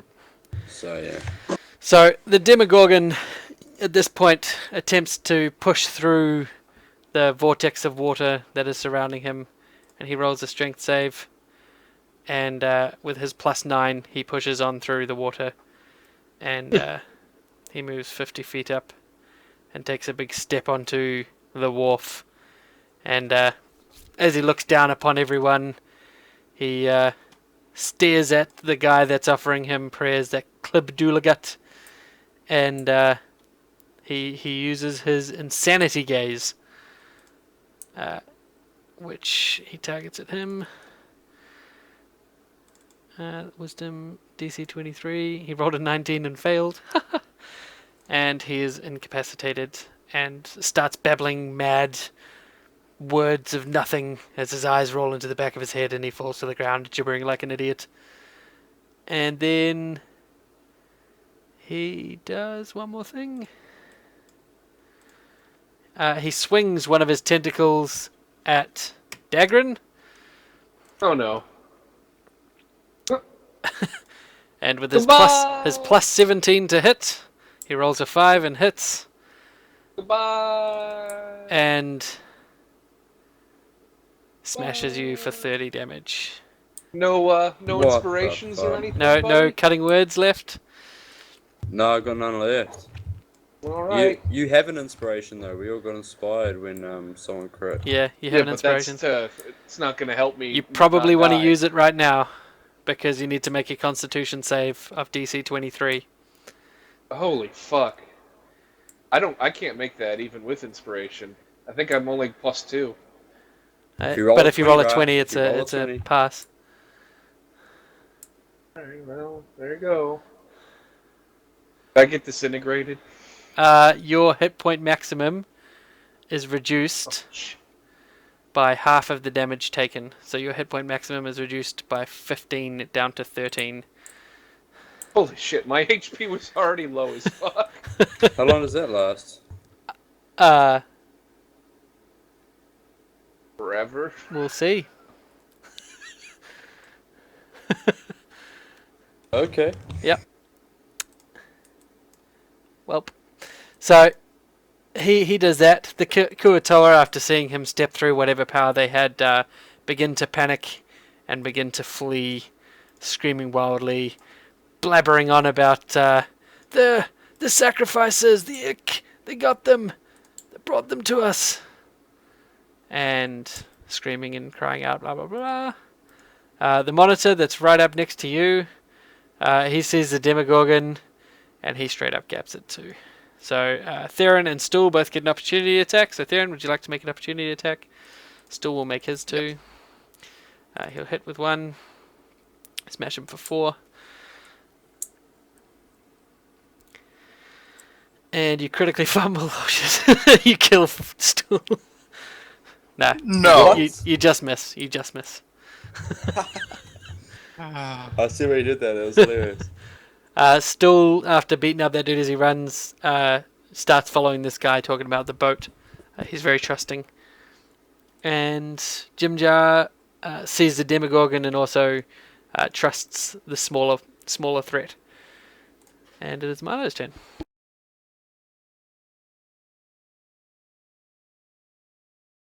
Would I be able to try to carry Dagrin, or am I too small for that?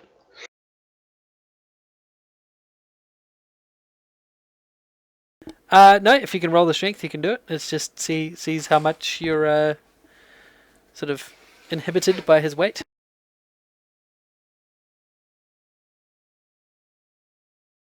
All right, let's give it a shot. Hey, quick question. Since we're kind of next to each other in the initiative order, could we, like, both act together? Basically, both, like, sort of pick one shoulder each and run together with them?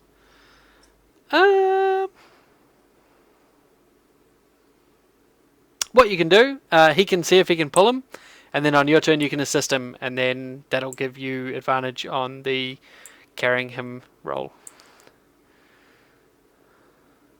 So yes, but let him try and do it first, because you might not even need to. All right, I'm gonna try to carry Dagrin out. All right. So is that a strength check? Athletics check.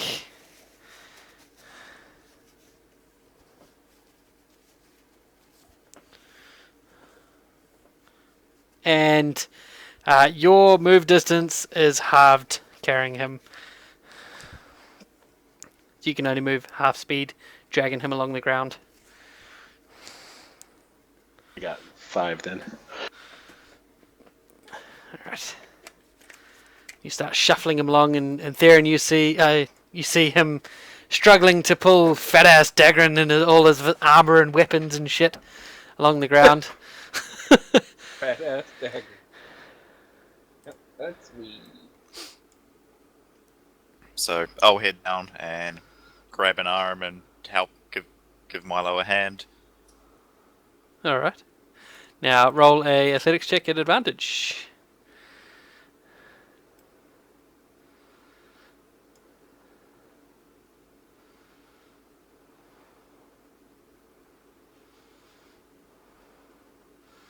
And you will get a movement impairment of 5 feet. That's it. So if you could move 30, So you you can mean now move if- 25.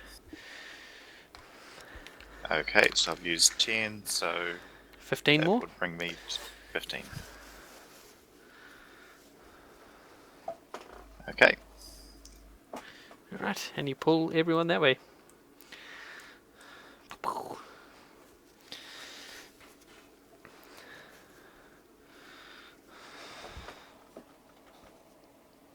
Alright. So it's Ploop's turn now.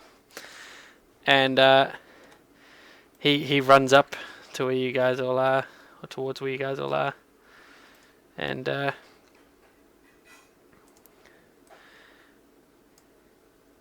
does he do?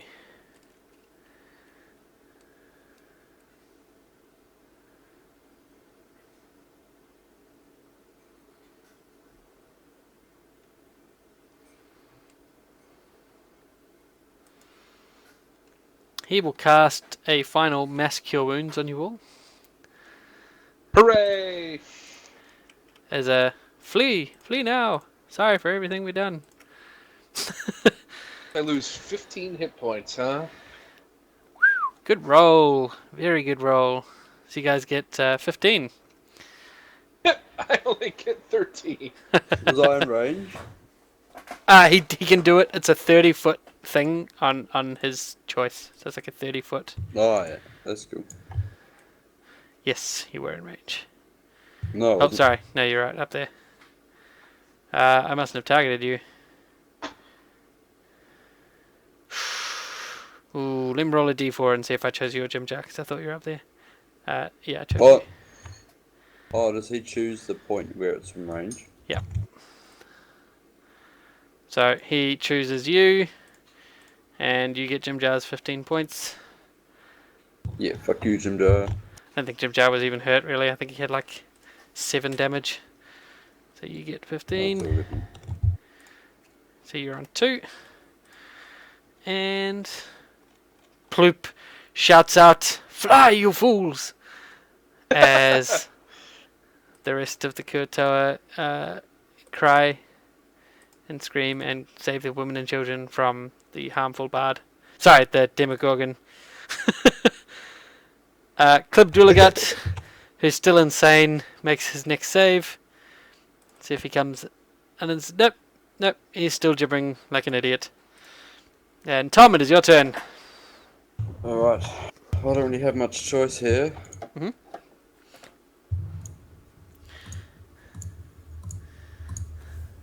You could disengage. Yep.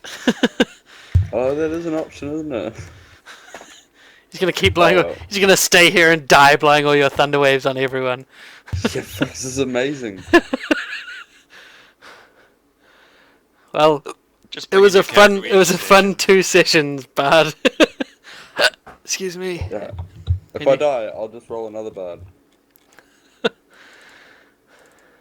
So you Pick a killed new 2 bard more. max out Oh. charisma. Oh, there are monitors beside me. Yeah. Are they?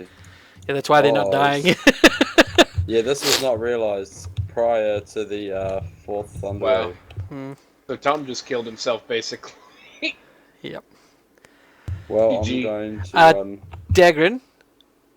Yeah. Chuck your temp hit points out because they act as an absorb, so they'll absorb any damage you take. Just put a note down of your original hit points and reduce your main one down to. Wait, what? So temporary hit points act as an absorb through Fantasy Grounds. So Like if you a- take like a any shield. damage, you'll take them. So do that, and just remember I that you don't had know 28. what my 28. HP was 28. now. I'll put a note in my notes as well, so it's fine. There you go. Yeah, so I'm going to run and provoke 2 opportunity attacks. 'Cause Okay. boss, you know. So the monitors are gonna probably wreck your shit, but that's okay. Yeah. You Yep. take 2 opportunity attacks. 1 is a critical failure, which is nice. The next melee attack to hit him does critical damage, nice. But his hit deals 10 damage to you. Okay. It was lucky. It was very lucky. So I can move all good Yep, then? you move. Sweet. Yeah, and I just cry out to everyone to wait for me. Dagrin, I had do you wait for important him? business back there. Where's my HP? It's there. You're Seem to be missing like you're at more full. than half of it. But yep.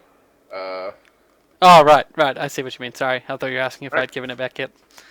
I'm gonna run over to Stool, Yep. scoop him up, and then head to the boat with the rest of my movement. Roll me a strength save. Athletics check, sorry. That's what I mean. Yeah, Same well, difference, that's fine. It's still possible. So, yep, you pick him up and you're not encumbered by him at all. So you scoop him over, running ahead of that guy. And the Demogorgon stomps down through the town, smashes over the altar of the Deep Father, much to the worried cries of all the Kuatoa that were thankful for it, just adding to fueling the fear. And he smashes his tentacles down on Ploop Plop and Klibdoolagut. But not Dagrin, so let me untarget him. So he smashes, hits them both, and kills Klib, and greatly wounds Ploop.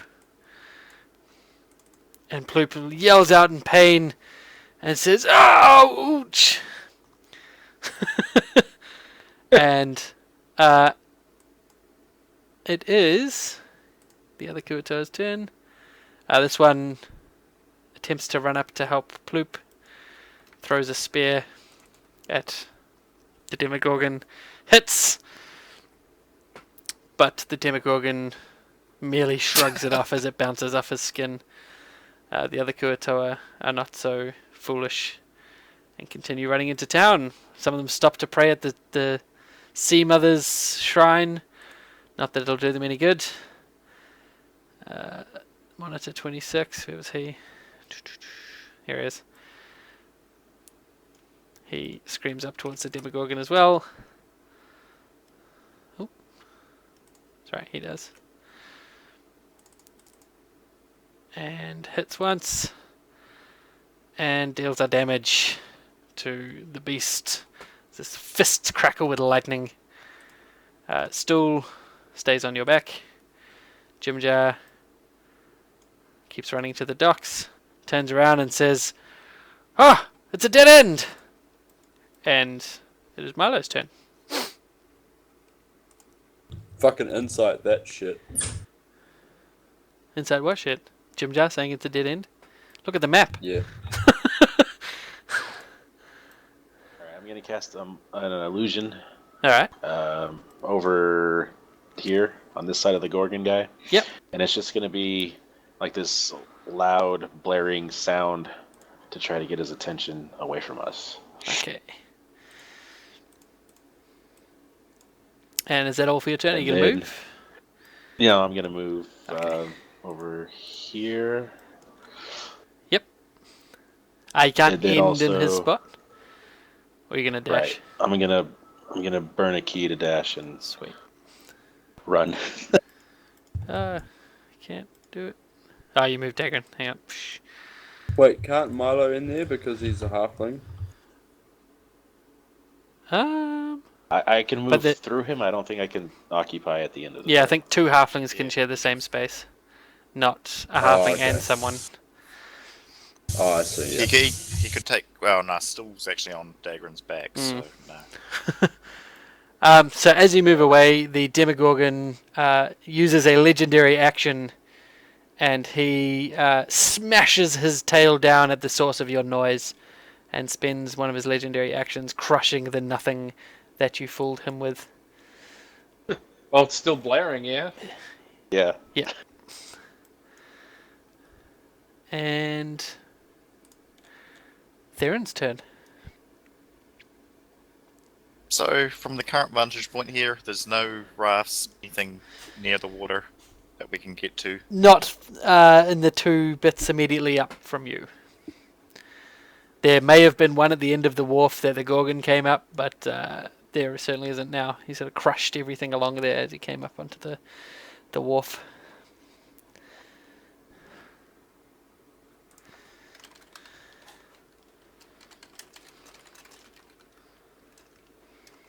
Oh well, this is still the best direction to be heading. All right. So, how far can you move? You're He's dashing? 60 Sweet. feet with a dash. Awesome. She's like, you're not going 45, are you? Nope. Alright, so you dash up there too, and you find, just like Jim Jar yelled back, that it is in fact a dead end without hooking back into town. Ploop, after healing you all, has pretty much run out of cool tricks up his sleeve, and he merely holds out his arms and begins praying to the Sea Mother upon his impending death. And as he is praying, a 15-foot area around him, spirit guardians appear. And they do to the Demogorgon.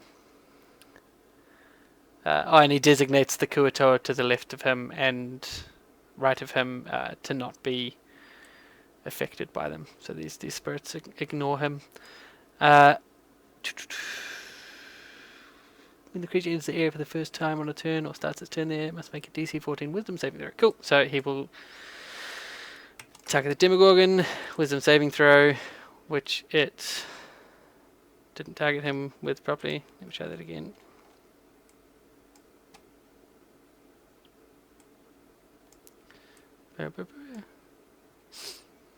Succeeds, but still takes 17 damage from the Spirit Guardians.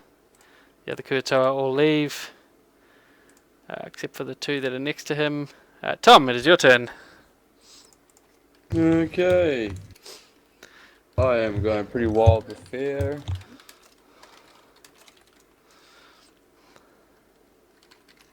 Are the Spirit Guardians on the map? No, it's just 15 feet around him. They're not represented by anything. Oh, okay. Well, I guess I'm gonna run over here. There.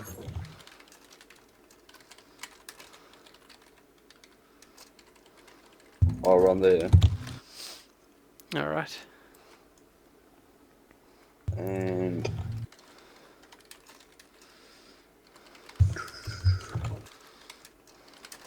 I'm going to cast a healing spell on myself. Alrighty.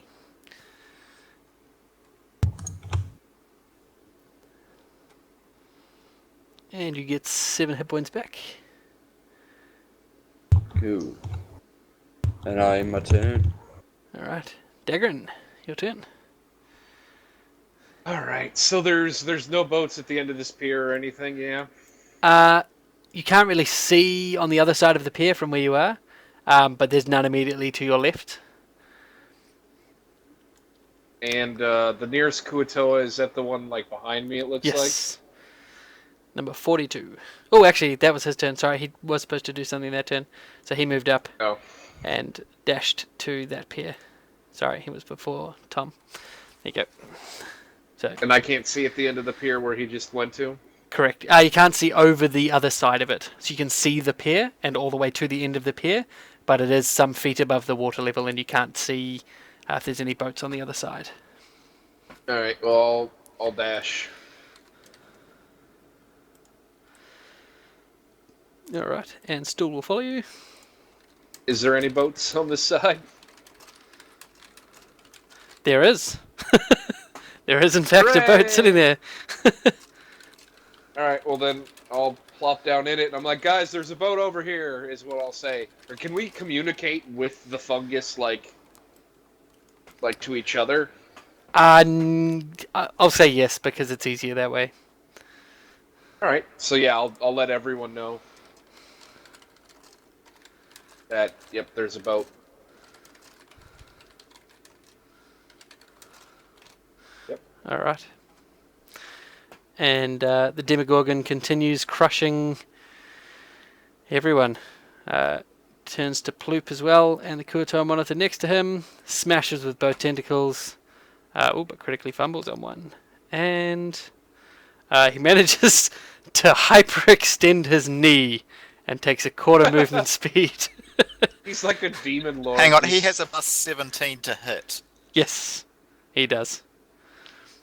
But the hit that hit Ploop deals 26 more damage. And Ploop, he fails his save, so his hit point is reduced by 23, his maximum. But that's right, it's not going to matter because he's probably going to be dead. Actually, that will matter, won't it? What?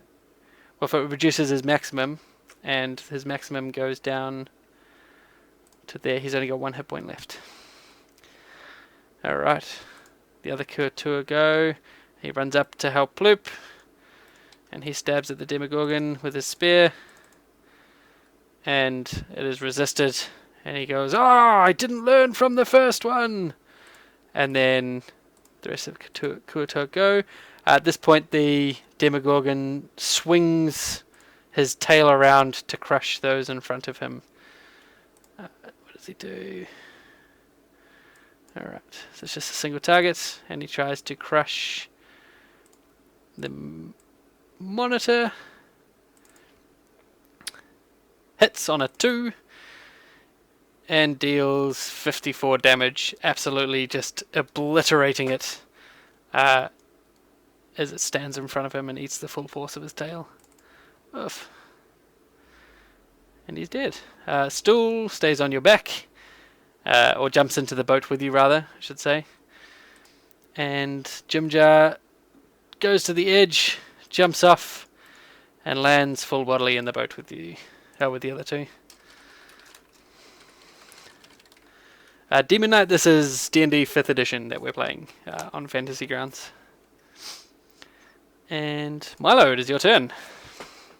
And you've obviously been told by Daggerin that there is a boat. So you head over there. Alright, before I jump in the boat, I'm gonna look for anything that's tying it down. Alright.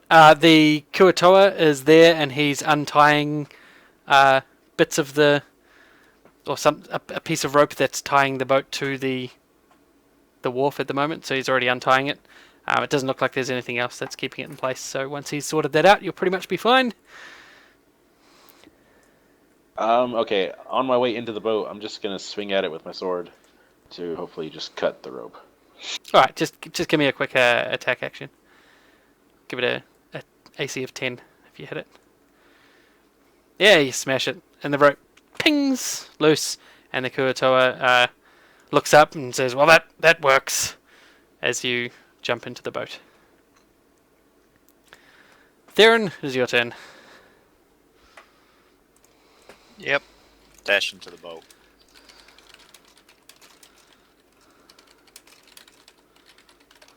Alright.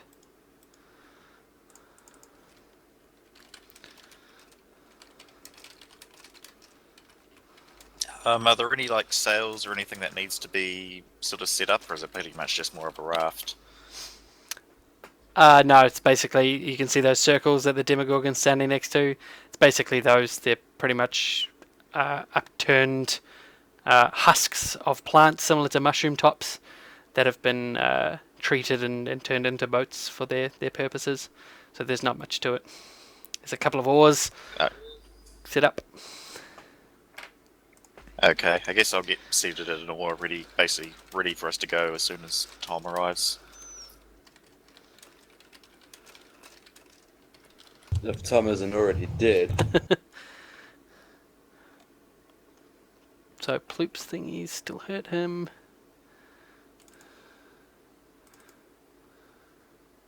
He takes 4 more damage.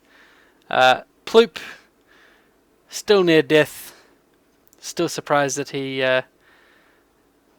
hasn't died. Tries to cast Sacred Flame.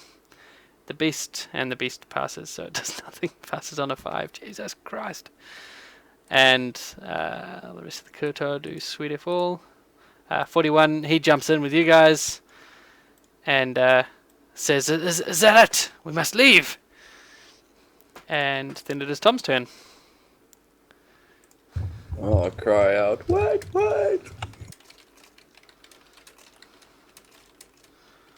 Over there. And I'll dash. You'll dash as well. I'll bring up the party sheet so you can have a look there, Demon. You can see everyone. There you go. Oh, that's 35. You can jump there and take an action to hop in. It's fine. Cute. Very kind of you.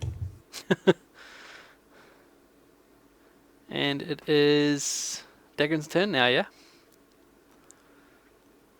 So everyone's here. Or so is this like a rowboat or a sailboat? Yeah, it's got a couple of oars. There's no sail to speak of at all. All right, and Loop is he's just praying, huh? He's done probably. Yeah. All right, so I'll just You somberly can see start from where rowing you are away. that a couple of his limbs are broken. He's in not much shape to be going on much further. I'll just grab some oars and start rowing like a fucking madman. All right. Give me an athletics check. Nice sailboat there, buddy. Thanks. Oh, your friend Buddy jumped into the water. All right. So you start rowing away, and the boat slowly moves off. So he gets left behind, eh? Oof. Oh, only he goes. God, I hate you guys sitting on top of each other. I start rowing and the boat leaves out from under me. There you go. There's a boat shape of you as you start floating away. As you see the Demogorgon continue to crush everyone. He does a final smash on Ploop and the other guy next to him with his 2 tentacles. And finally kills them both. Big crushes, and he stomps off into the town amidst screams and cries of the Kuatoa just absolutely wrecking everything. And the Kuatoa next to you, he begins to weep soft fish tears, and probably a bit shit, but he's glad to be alive. And I will BSGM, go fuck yourself. We'll have a break here. We'll have 15 minutes, and we'll come back at 1:45 and kick off from there. Oh boy. Sounds groovy. It was a long first half, so yeah, we'll have our first break. We just started a little bit late, so... Yeah.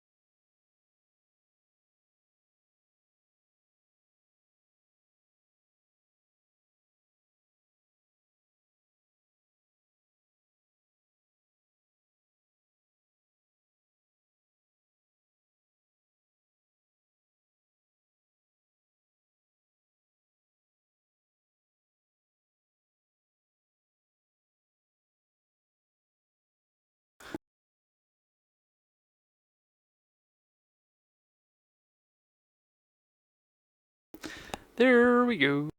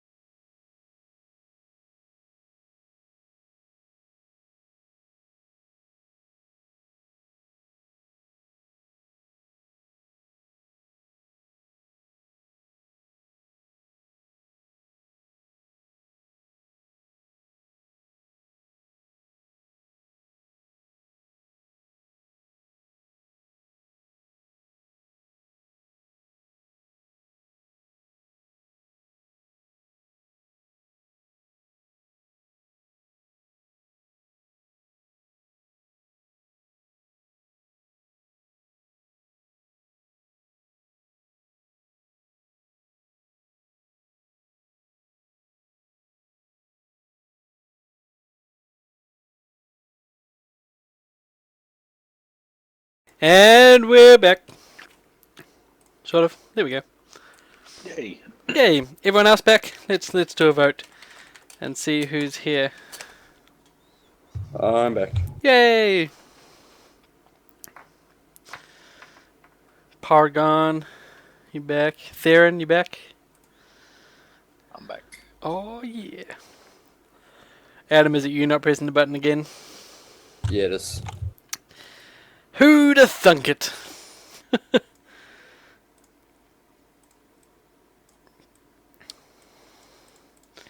Alright, so we come back. We're on a boat, floating away from the Demogorgon wrecking shit all throughout Sloobludop, the town of the Kuatoa people. You can leave that map behind now if you like.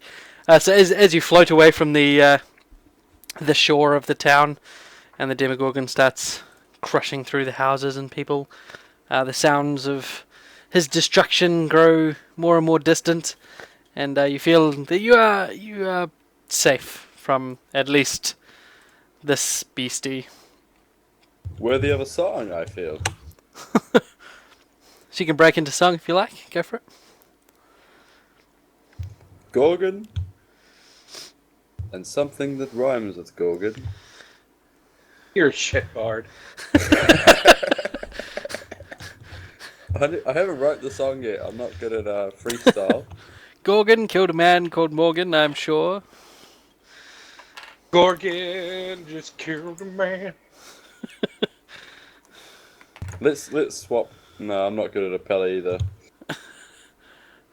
One might say you're not good at this game. Oh. One would be right. Yeah. Maybe you should play a pirate bard. You're good at pirate voices, I hear. No. Arr! We say a Gorgon and we're on a boat. That's all I got so far. Pirate bard. I think sea shanties, yeah. Alright. That's all I want to do with my life. So what do you guys do? What's the plan? You're floating away on a boat. Do you have a plan? What do you want to do?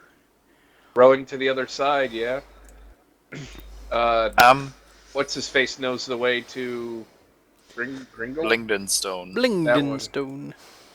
I wonder what ever happened to Shusha. Well, probably ran back into the Underdark, into the waiting hands of the Drow, would be my guess. I was gonna we roll can a only perception hope. and try and see him, but I forgot. Alright. So you guys are, basically, you know you're on the Dark Lake now. It is, if your characters haven't gathered, it is a huge deal that a Demogorgon is loose down here in the Underdark. When you say a Demogorgon, it's still like the Demon Lord guy, yeah? Yeah. Yeah, it's like an it's aspect the Demogorgon, isn't it? Yeah. Or is there more? Yeah, Demogorgon, I suppose, is his name. Like aspect of him. Yep. Yes. So I don't think he has anything to do with the Kuatoa. I think he is related to the Vrox that we saw earlier, and when we were back in the Drow village. Yep. It's much more likely that it's not really anything to do with the Deep Father or the Sea Mother that the Demogorgon is. Sorry, I keep saying it should just be Demogorgon is loose. Yeah. So it's just like a lucky fluke.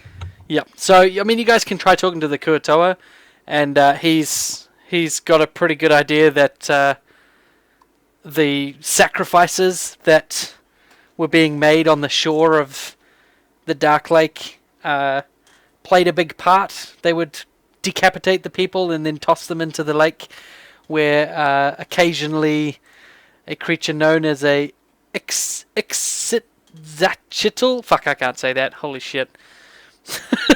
In chat, please. Put it in chat, please. Like a Quetzalcoatl or something? Is that how you say that? Exquaddle? I'm assuming it's a similar thing. Probably. I'm just gonna copy it. I'm gonna put it into Google.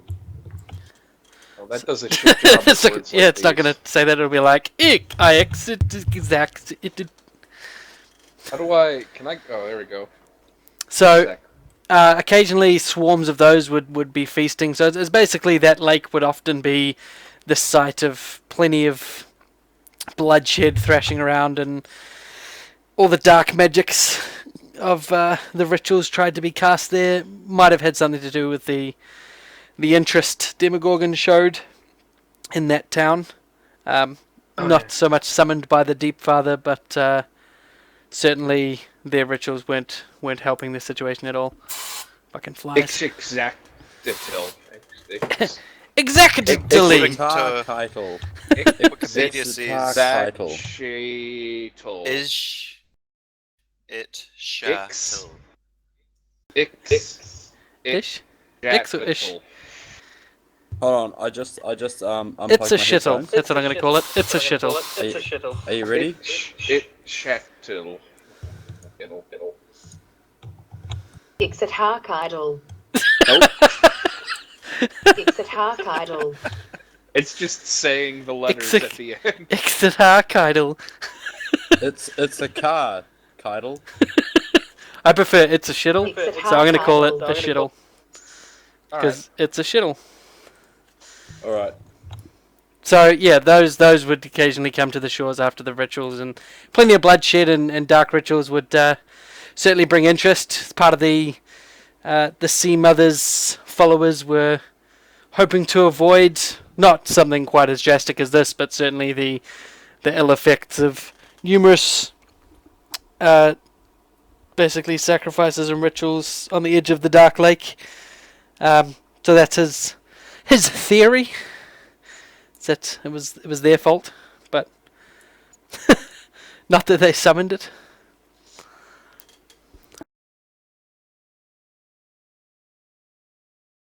Interesting.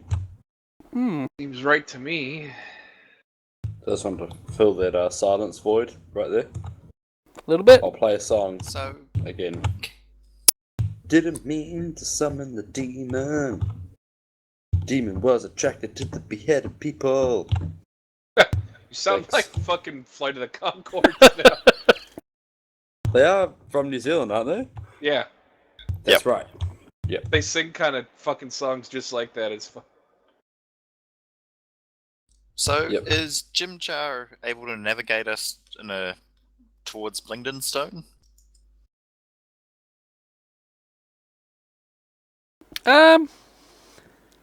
Suppose. Oh, you're in charge of this shit. Alright, so Jim Jar seems pretty confident that if we follow the coast, we'll eventually find a point in which we can find our way to Blingden Stone.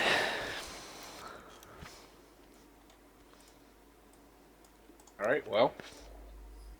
So I mean, this is the sort of I guess the we environment you guys are heading through. Yeah, fly, die from that nerve agent I just sprayed you with. Fuck yourself. Have some more. Wow. Have some fucking more. Yeah. Hate flies so much. Why? Because they're really annoying. Do you guys Bad, not have terrifically annoying. cockroaches or something? We do, but not often. they're pretty uncommon. Yeah. Let's Nowhere get near that. like We get America. more, Holy shit, no. I want to move Yeah, to New we Zealand probably get like more hoo-hoo really hard beetles right and now. Wetters. Wettas. Those fucking gross looking fuckers. Yeah, You the know, one. if you ever find a wetter, like there's always another one I've around. never found a wetta, no. Or you wouldn't. But if you ever did, there's always another one around. They mate for life. Yep. It's like me and my hand. So as Yeah, you but your guys hand gets float bored of you. further away from the coast, the light from the town and the Demogorgon's glowing body begins to fade, and you find yourself in pretty much pitch darkness. So Theron, Oh, you're sir. fine. Tom, you can see a little bit because you're a half elf, but Yeah. the I might others. have. I'll cast a spell, eh? Yep.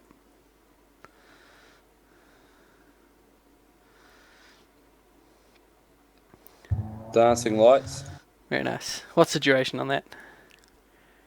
Oh, it's cantrip anyway, Up so you to can 1 just minute. keep casting it, can't you? Yeah. Just Okay. keep that motherfucker going. And they make light up to 60 feet. Oh, and I can move them up to 60 feet. I think they're like a 20-foot, aren't they? Oh, they only shed dim light in a 10-foot radius. Okay, so they're fucking useless. But there's 4 of them. There's 4 of them.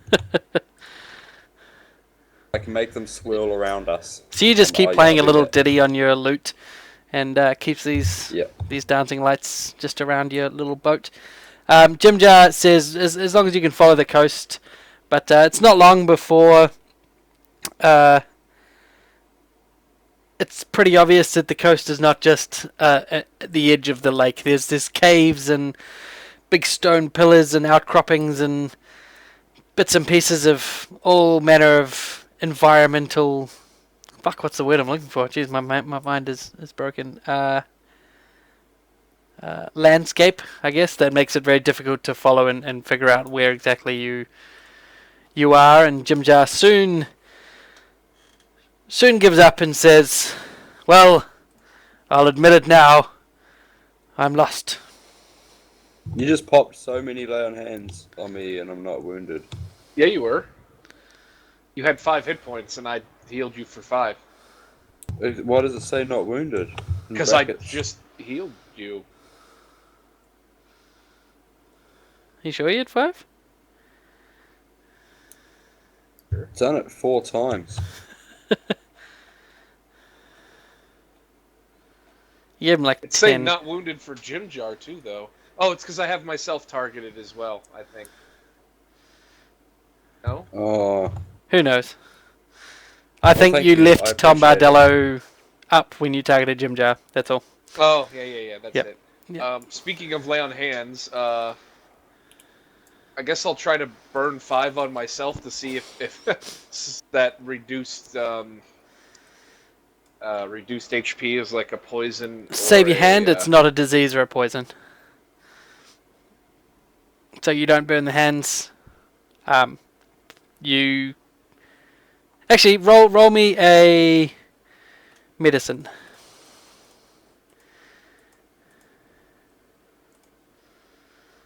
Okay, so you don't figure anything out. Burn the hands, and they don't help. Damn. I was gonna say you could possibly have figured out that it wasn't a disease or an illness, but you didn't. Cold-blooded. I'm gonna be going down more than Dan's mom now. Oh, she goes down a lot. Actually, I've met your mum. I don't want to think about it. She's a wonderful woman. Don't be mean. Oh, she's lovely. She's lovely. But She's a nice lady. I'm just taking out my frustration on someone who doesn't deserve it. Yes. here you are. Now, this is probably a long shot, but in a a while ago, I used to be a sailor. Is there any chance that I'd be able to, I guess, if I'm talking to Jim Jar, like assist in navigating, maybe try and see if we can work out where we are? And... Unfortunately, without any sort of stars or map on your hand, you wouldn't be of any use to him, and that's part of the reason he's pretty lost as well. He hasn't done any sailing on the Dark Lake, and there's no universal map of travel through the Dark Lake, knowing all its little intricacies, which are oft changed. It's a bit of a mysterious place to traverse at the best of times. So unfortunately, you wouldn't be able to help him in any way. I mean, you can.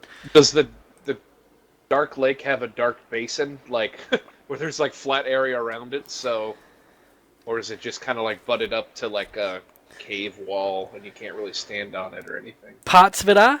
Parts of it has shores, like where Slew Blue Dop was based.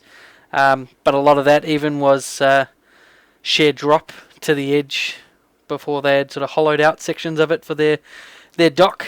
But you can certainly stop at the first sort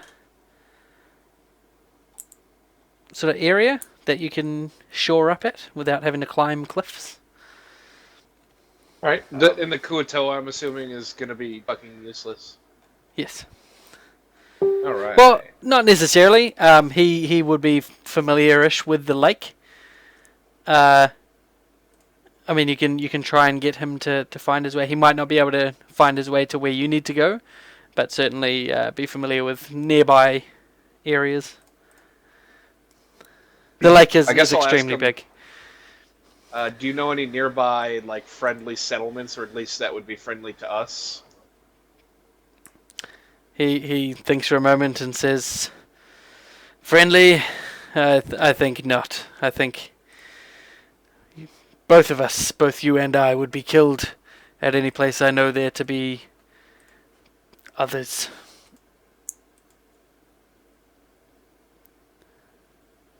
Oh. And is the lake, like, fresh water, I'm assuming?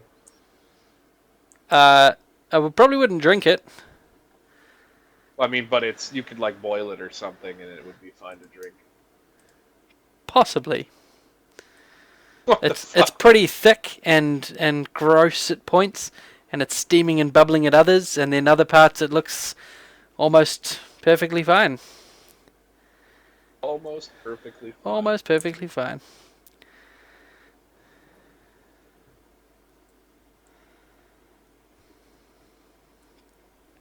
All right, well. So, what do you want to try?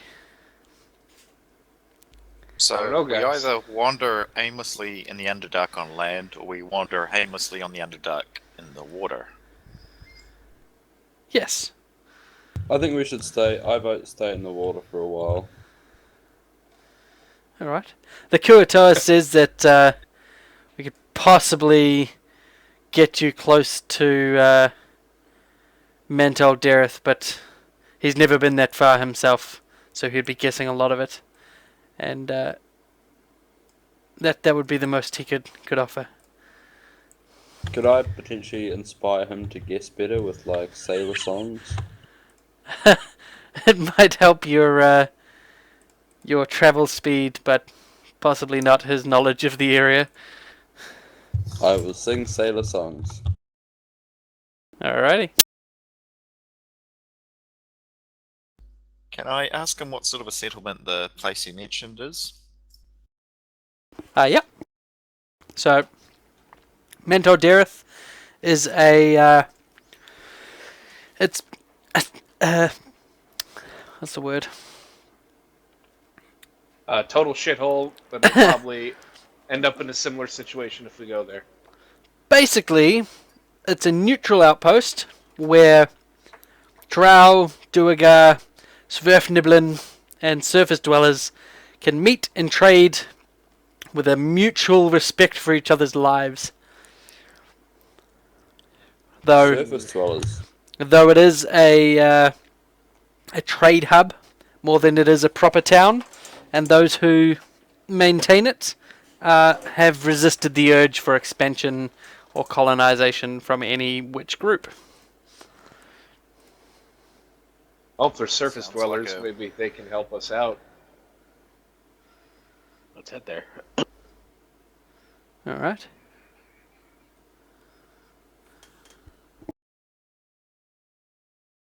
Well, he accepts that that's where you want to head, and he begins going, and you guys push off for the rest of the day. And let's have a rolly woolly. Someone roll me a d20. Woo! That's probably bad. Roll me a d10 and a d12. We're attacked by 12 things. No. So you come across a decent sized island. Is it Pleasure Island? Nope.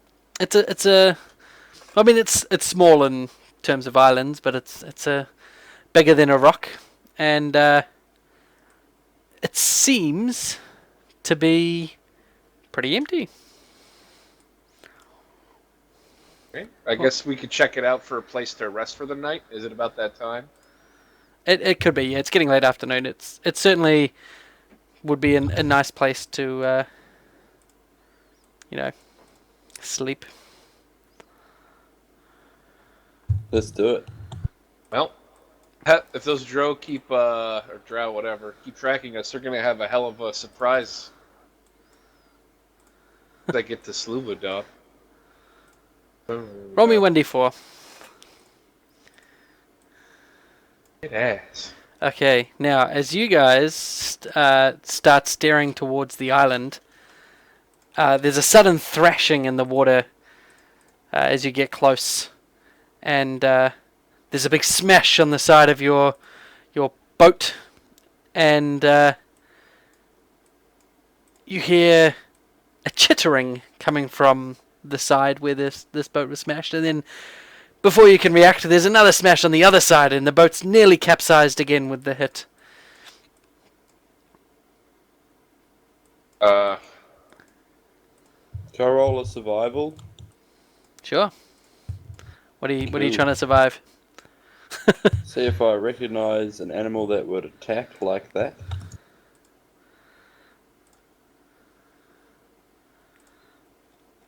All right. Would that more That's be a like pretty in good roll. nature? Probably in nature. What's your nature bonus? +1. Okay, so it's 18. That's all right. So you've heard tell of travelers on boats being beset by Mero, which are a type of merfolk, and they were eons ago turned when they found an idol of a demogorgon at the bottom of a sea. So what were once peaceful merfolk were transformed into vicious Mero. And it is said that they like to capsize and attack boats that travel along coasts or through large lakes. Oh, good. Oh, how good. far are we away from this island? Probably another minute's travel. What about boats that travel along coasts of large lakes? Yeah, probably them too. Given that they're attacking. Oh, okay. Good call. Can I see them through the water with my super eyes? I'll chuck my lights in the water actually. They go dim. No, because it's not dark because there's a lack of light in the water. The water itself is thick with weird shit. Yep. Okay. So they're pretty much... So they've got basically... They're totally obscured at the moment. Yep. So I mean, as they come up to the surface to attack the boat, as you guys are looking out, you do capture a full look as they get within 5-10 feet of the surface, and then smash into the side of the boat. But they quickly flit away again. I want to cast a minor illusion of a puppy, like 30 feet off the boat, just in the water. All right. And you cast it, and there's a bit of churning and splashing for about 20 seconds before they quickly realize they've been had. But it's got you guys halfway the distance to the island before they furiously come back to your boat. And, I start rowing like fucking crazy. All right, roll me an athletics check. Yeah. Have we had any short rests since we... Oh, wait, you only get it back on long rest. Never mind. Correct. Did we have a For short now. rest? Yeah, you would have had a short rest, so let me give you a short rest. There you go. I'm rolling like shit for athletics. Can I try and calm them with song? Do you have a calm with song ability? I don't know. Bard expert. That's You do not. probably a no. What? How do you want to try and calm them? What do you want to sing them? Oh, just sing them like a nice slow song that speaks of happiness and well-wishing boat riding people? They don't buy it. They roll me initiative as well. And Dagrin, you rowing furiously, and the boat seems to be going a little bit faster with your help. And all seems to be going well. Oh shit, it's a rest, not initiative. Until a Miro leaps up from the water's edge and attempts to smash the oar from your hand and snatch it out of your hand. So roll me a strength check. And he will roll it opposed. Would you roll 20? Yep, and he barely gets a grip on it, and you just pull it right back out of his hands and Kind of smack him in the head with the oar. And be yeah, you like, give him a "Fuck off." smack in the head, and he's momentarily stunned, giving you a chance to attack. So take an opportunity attack on him too. Oh, well, I guess I have the oar in my hand, so I'll give him another pummeling with the oar. All right, improvised weapon. Just do a attack you're proficient with, and then roll a 1d4. All right. Why can't I ever?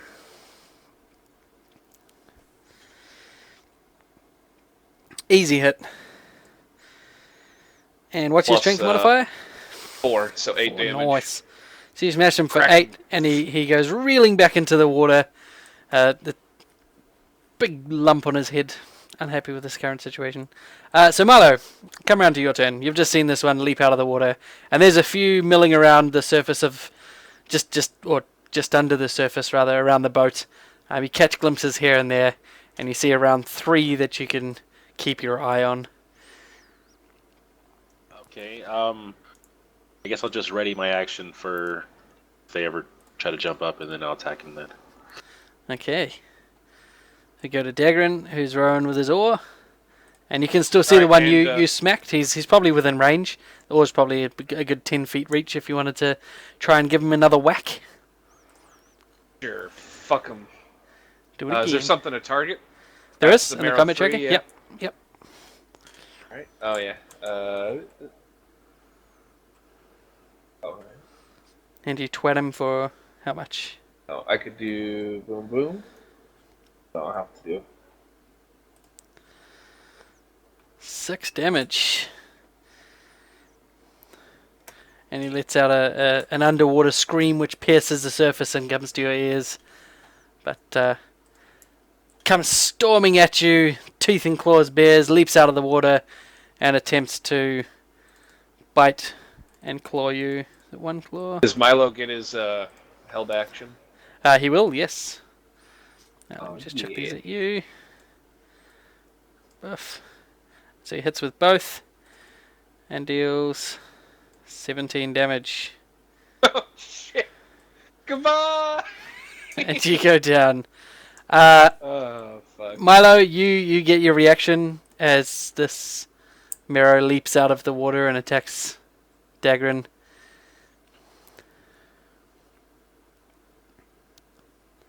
I'm heaps cursed, bro. Can I do a bonus action to attack as well? Unfortunately not. Not with a held action. It's using your reaction to do one, so it's only the one. So it splashes back into the water after the attack.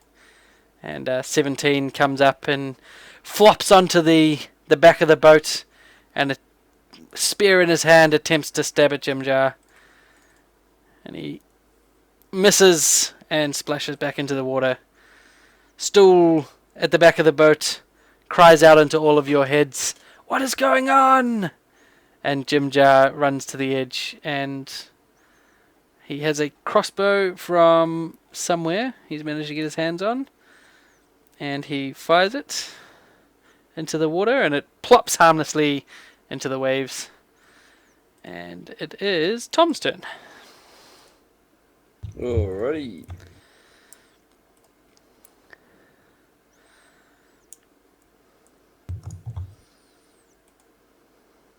Oh, won't target myself. I'm going to cast Dissonant Whispers. dissonant whispers. Yeah, I don't know how to say things. Dissonant. I like that way better. Dissonant. It kind of sounds like Dishonest. or Sonic, like Sonic, like dissonic.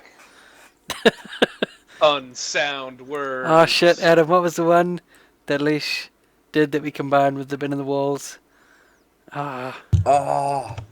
That's right, I'll come back to me. Was it the blizzards? No. That blizzard's really been in the walls. That's right. Yep, that's it. Yeah. Yeah. Cool. God, Awesome. so good. Good times. Alright. Inside jokes. Oh yeah, everyone gets to share in the hilarity. Yeah. Alright, failed to save. Oh, sick. Sick, mate. Booking. Oh, that done fuck all damage. But if it fails to save, it must immediately use its reaction, if available, to move as far as its speed allows away from me. Alright, so it dives deep down into the underwaters, well away from you, and you lose sight of it. Yeah! That's what's up. Yay! They're in your turn. So that was Mira 17 is currently out of sight. So we're still about half a minute away from the land. Yep. And Probably- no one's rowing now. 3 more rounds. So and round no 4 one's you'll rowing. reach. The Kuatoa is rowing. Oh, okay. How good of him. I think. Is there still any Miro currently on deck? No. I'd like to cast Darkness on myself, and it'll probably be the next action, I guess, will be to. I'll try and, I guess, move to where an oar is, and on my next turn I'll start rowing. Alright. So.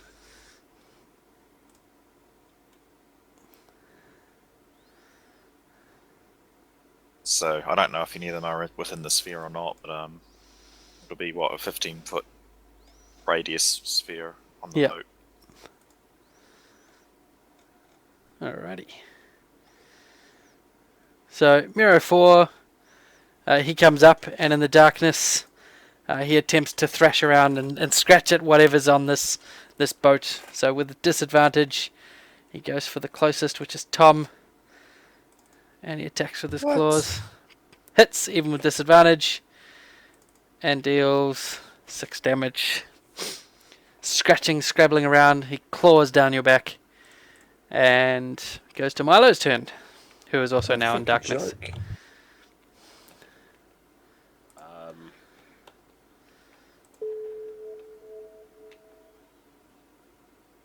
Anyone else hear that noise?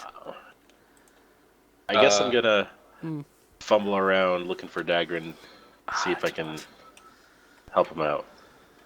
Alrighty.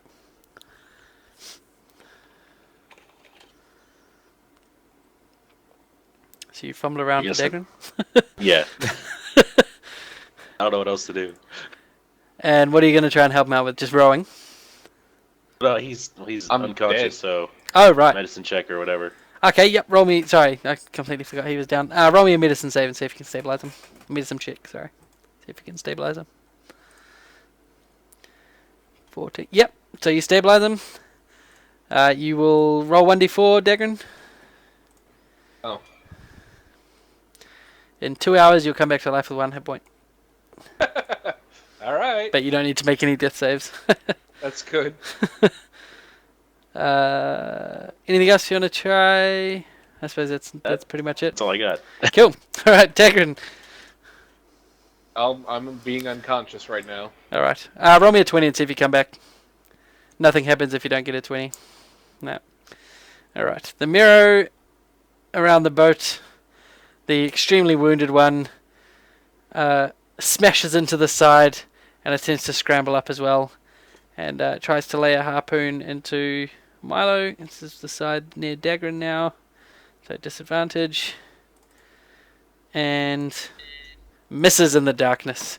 You sense a harpoon flitting past you, not doing any damage. It clanks heavily on the side of the boat. And then there's a splash as it slips back into the water. Miro 17 comes up as well and attempts to claw Jimjar. Oh, sorry, that should be a disadvantage. So he hits anyway. So they can still see the boat, and they still seem to be able to Yep. detect everything. So I've been doing some looking to see how darkness is. Unless you take the hide action, you are not hidden in pitch darkness. Everything is just effectively blind, so you can still attack and be attacked when blinded or blind. You're just at disadvantage, and attacks made against you are at advantage if they can see. So if you cast darkness, people inside need to take a hide action, and then they become hidden, so they cannot be the target of anything. It works basically the same as invisibility, except everyone in there becomes invisible to everyone else.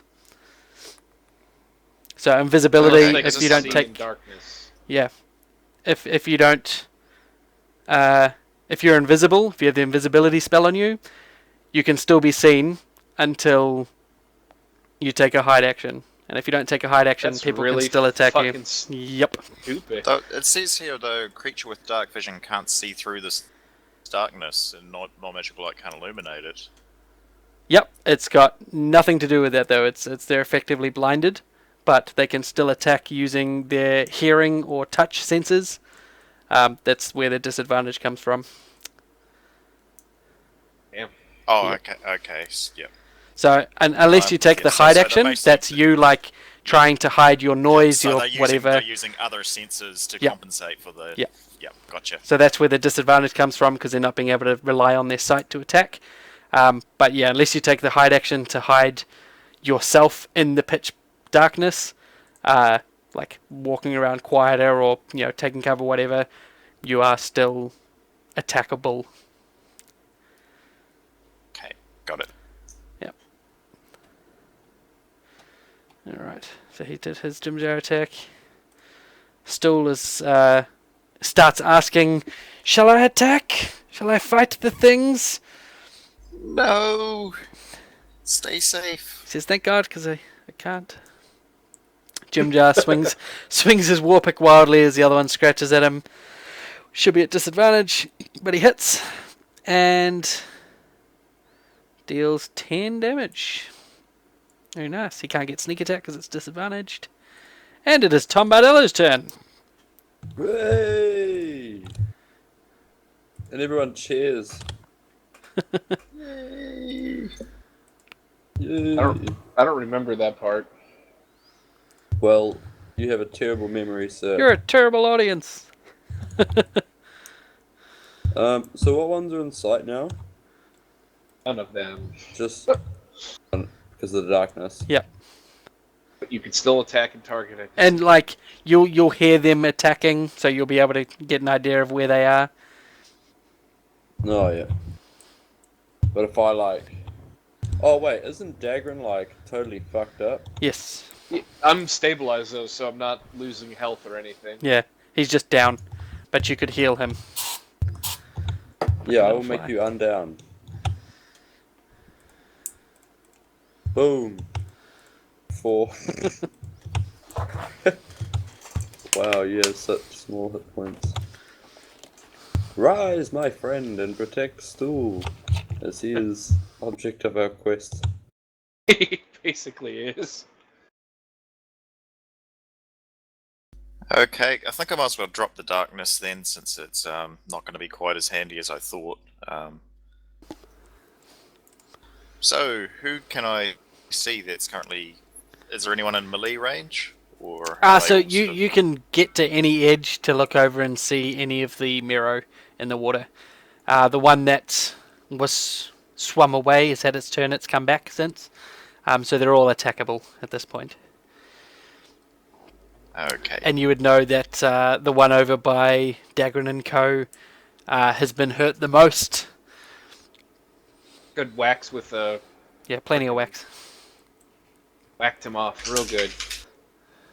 Yep, I'm going to try smacking that one. Alright.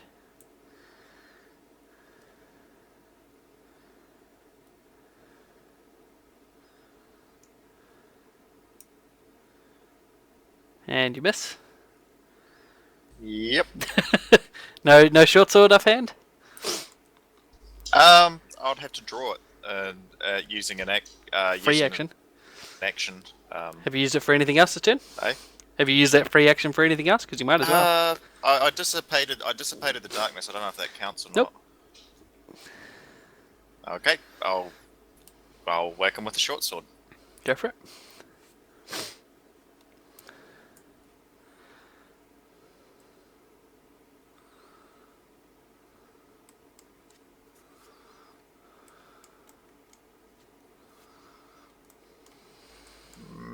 Not so good. Okay. Well, it was another chance, hey?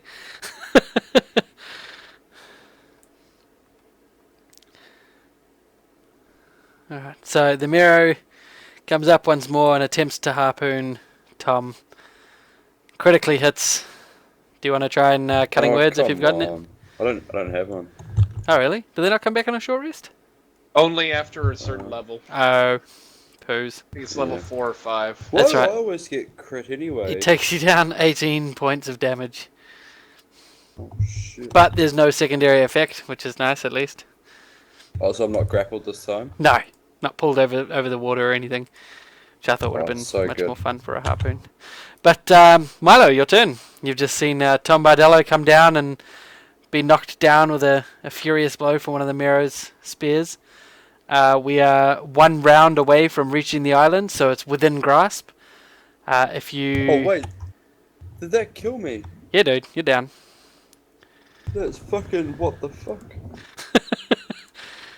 If you spend your action entirely rowing, I will allow you to reach the island after your turn. So everyone from here on will be at the island. If you'd like to I'll push do it. that. All right. So you push, and the boat crunches onto the edge of the island, and it grounds up on there, and you can move, do whatever. You've just spent your action. That's all. I'll hop out of the boat onto the island. All right. Fantastic. That's your turn.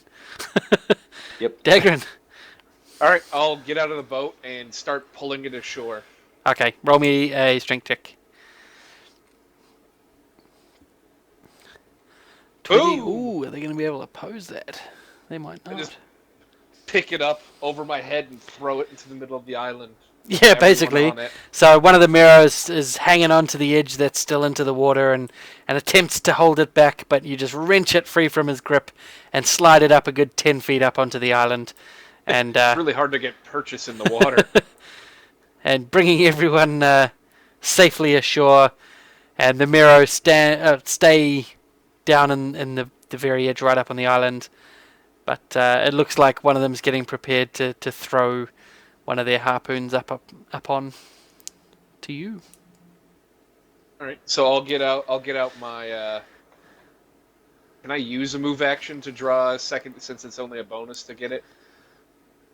For what? So like if I want to draw my shield and my like a spear, can I use that as like my action in my move or my like free action in my move action or something? No, you can only draw one. You've used your main action to pull the boat. You could use your main action interchangeably, but you can't use a move or a bonus action. Kind of weird. Alright, well then I'll just draw my shield and defend myself with it. Cool. Alright, so your AC goes up by 2. Are you adjusting it already? Oh, no, I didn't adjust it down for Ah, okay, before. that's I mean, right. I got hit, so it didn't really matter. No worries. Okay, so you pull out your shield. Fantastic. The Miro does indeed throw his spear, and he throws it at you, Goodbye! but critically fails, and it just sort of doesn't even leave the surface of the water. It just stops just in front of him. The Are other these Miro, special spears, or they're just They're standard just harpoons, spears like basically. The ones I have? yeah, little hook-edged spears, hook-ended, I should say. But the other one throws a spear and it manages to clear the water and stab into you for 9 damage, knocking you down. Get used to it, guys. Still runs over and says into your head, Something you don't know because you're unconscious, but he attempts to... Is it int for medicine? It is int, isn't it? Yeah. Yeah, he attempts a medicine check for you, but fails, It's, and doesn't manage to wisdom, help. actually. Oh, is it? Or wisdom. Ooh. Right, let's have another... he still fails. So he doesn't manage to... Oh, that was the mirror. Herp-a-derp. Let's have a second. No, he definitely fails. So Jimjar, he comes to the edge and he lifts his crossbow and he fires it at one of the mirrors, and it hits and kills the mirror with a roll of a 1, and it bobs to the surface on its back like a fish. And we go to Tom Bardello's turn. Roll me a death save. And you just succeed. I said boom, but I wasn't crocking my mic, so the 20 didn't actually roll. Oh no. It's a shame. I do hope no. everyone remembers that song I was singing earlier, though, about the health potion in my bag. It's a subtle way of metagaming the shit out of it. No, I sang that song. There's a health potion in my bag. Heal me with the health potion if I go down. Theron, Um, there's a health potion in his bag. Not sure if you remember the song he was singing. oh yeah, Where did he get a that health song. potion for? From. It's probably one of those things that he was like, I started with it. Because he came partway through. You check my inventory. I know, and I didn't get rid of it. Yep. Good man. Not bad. Oh well, I guess I will pour his healing potion down his throat. Alright. Is that action or bonus? Can't remember. It's an action. Okay, that's my turn, I guess. Alrighty. How much does And the healing potion do? 2d4 plus 2. 4? Was it? Thought it was plus 4. 2d4 plus 2. Okay, there you go.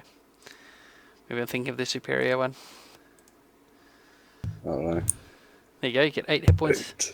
You choke back to life. 16 HP. One of As I the come mirrors. back, I was just going to say, why did you bring me back? I blew all my spell slots. You fool. Theron, you're caught with a harpoon. It spears into the side of you from one of the mirrors. And Milo, it's your turn. Alright, once again, I'll try to stabilize Dagrin. Alright. I hope you guys buy Yep, some you ranks stabilize of healing or get some proficiency in it. And then I guess I'll just position myself in front of him so that if somebody throws at him, they have to go through me. Alright. So you block. What a boss. what a martyr. Champion, mate. All right, woo! Out of 20. Wah, wah. So one of the mirrors attempts to slither up onto the side of the beach to get a better aim, and throws a harpoon at Jimjar, and this one was its second harpoon, which it throws, deals 12 damage, and it is now out of harpoon.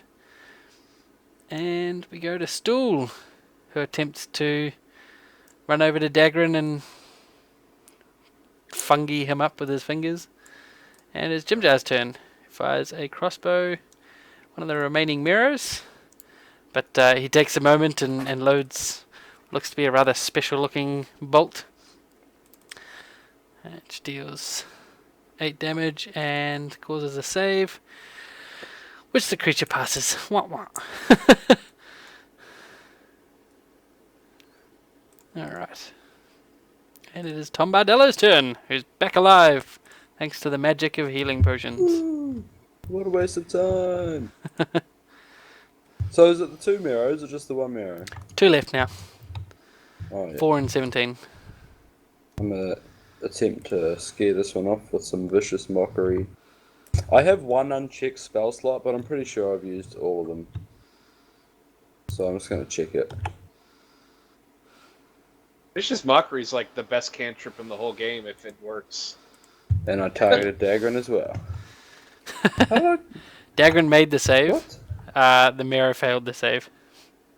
Oh, shit! On my combat tracker, it says target Miro 17. That's it. It does too. Weird. Alright, well, don't matter anyway. Don't take any damage. It did. It failed its save. Oh, the Miro failed it. Yeah. Yeah, and it gets disadvantage on its next attack, remember. Yeah. Boom! Boom, 4 damage. Maxing that shit. Okay, I'm gonna hex Miro 17.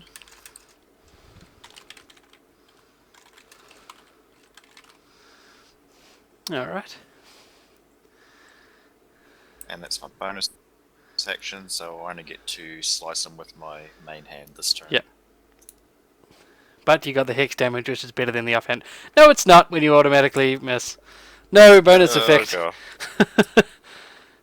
So you fumble, but no roll on the table, which is thankful. But the Mirror 4 Don't comes up, accidentally stab stool. comes back to you. Actually, that was 17 you attacked, wasn't it? So 4 throws his second harpoon, and he throws it at Milo. So that's his second and final harpoon, with which he hits and deals 10 damage. I'm gonna use my reaction. Yep. To deflect missiles. Alrighty. So what does that do? Does that reduce damage taken, or does that reduce the attack? Damage taken. Okay, very nice. Oh, nice. Okay, since it's more than the damage I took, I can catch it and then throw it back at him. Brilliant. Holy shit. How often can you do that? It's as often as I have a reaction, and it costs a key. That's pretty good. To be 2 feats. So you can throw that back at him. And that I didn't will... target him. That's right. I'll drag it over. Oh. It hits. And it deals 2d6 plus 4. Or does it just count as that? It just counts as a monk attack. Ah, okay. Nice. That's brilliant.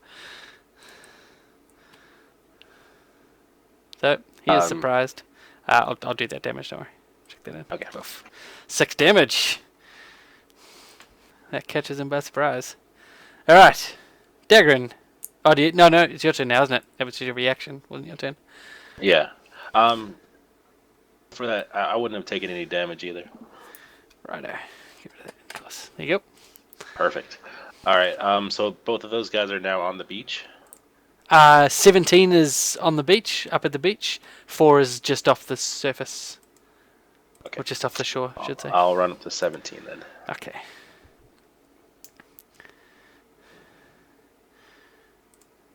And it connects. And you smash him for 6 damage. And then I'll use my bonus action to kick him. And miss. Miss. All right. That spin though, jeez. Ah, so close. Hey, Bardic Inspiration guy. He doesn't have any. No. Hasn't No, I'd blow everything like before 12 o'clock. on NPC citizens. Yeah, gee. What was my kill count up to? Like, astronomical. Yep. Miro 17 attempts to bite and claw back at you, Milo, but it misses both as you fend off his attacks easily. Stool, now being close, attempts to attack the Miro. Both of his fists, but critically fumbles one. But no bad effect, thankfully. Jimjar, now being right up close as well, switches from his hand crossbow to his war pick, and he swings it twice. And critically fails that too. Did Stool do any damage on the other one he hit? Yes. So that will have sneak attack damage because there's a friendly there, which does 11 damage. But his embarrassed, he receives a -2 penalty to attack rolls against this target until his next successful attack, because he is embarrassed by his poor work of attacking this. Tom Bardello's turn. What's up? I'm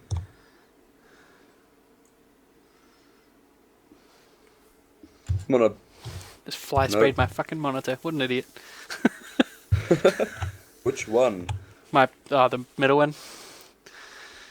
Number 2 or 3? The middle one. Oh, do you not have 4 running? No. Oh, I thought you did. No. Got told off. He I'm passed a save for that. Oh, that guy's a wank. Yep. Cool. Okay, gonna try and slice and dice. Number 17. Awesome. At the point, actually, I'm just going to remake one of those bites to see if that Mero got a critical fumble, which he didn't. Cool. Because that's supposed to be at disadvantage on his next attack. Alright. Nice. And offhand. Do you get hex damage from both attacks dual wielding? Good question. How's Pretty it sure. worded? Hex. Whenever you hit it with an attack. Yes, so you Oh. should roll another hex damage dice. Just roll another d6 and I'll add that to it. Oh, did the hex expire, did it? Yeah, it expires on next roll, so you need to do it every time you make an attack. So that's enough to kill it. The hex finishes off the Mero and it dies in a spasm of green energy. Now, since I've used my bonus action, I won't be able to transfer that to the other one, will I? Correct. Would I be able to transfer it in the next turn, or does the spell fizzle? Spell will fizzle if you don't transfer it.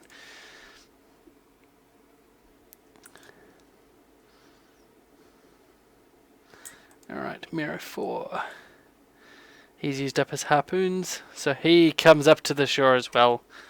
He slithers up to Jim Jar, and he attempts to bite and claw him, and he hits with both, and deals enough damage to knock him down. He tears into Jim Jar, lets out a cry of pain, and goes over unconscious. Milo, your turn. I'm going to avenge Jim Jar. Alright. He still owes me that favor. Plus, he's pretty badass. Should do like an action movie. He's like, no, if you live through this, you don't owe me a favor, or something. Oh, you missed the second attack. Yeah. Uh-oh. Dagger and roll a 20, buddy. Come on. Yes! Oh shit! Up with 1 point. There you go. All right, so See. I'll pop up, scoop up the old shield and spear, and go after the Mero. Alrighty. Blood in my eyes, because I'm covered in it. My own blood, mostly. Oh, yeah. Got shit Stab left, away. So I'll just stab him. And you hit. And collect him for 9 damage. And it begins reeling from this onslaught of attacks now that its friends are dead. And you're all bearing down on it. Stool goes to attack the Mero. But misses with 1, hits with the other. Deals 7 damage. Jim Jar is down. He'll roll a death save. Boom. Actually, I rolled a 1. Okay. Oh, it didn't come up on the screen. Someone roll me a d20.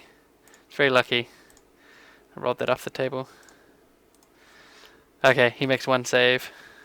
Just chuck 1 there. We go to Tom Bardello's turn.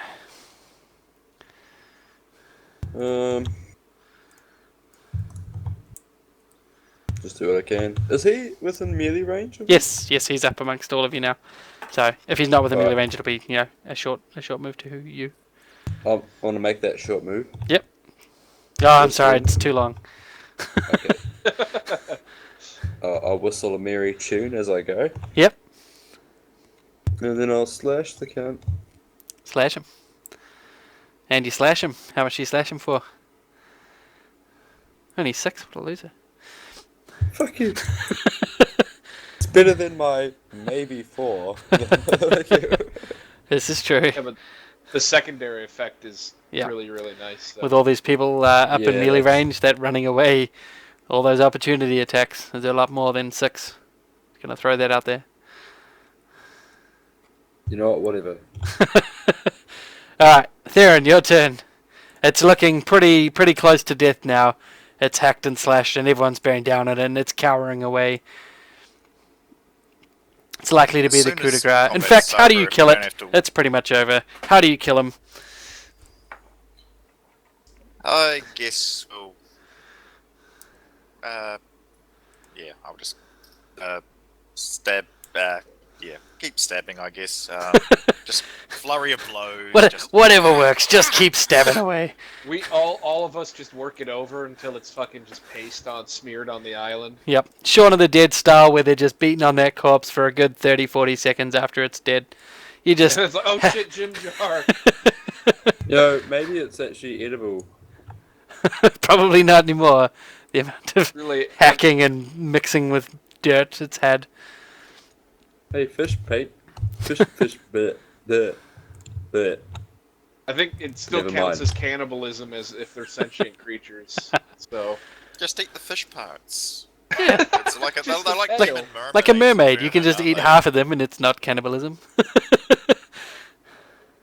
Alright, things not cheating. so you guys want to sort out Jim Jar? Stabilize him? Yeah, I got him. Or you can lay on hands him? Oh, that was almost a 20. You're not going to just lay on hands him a point?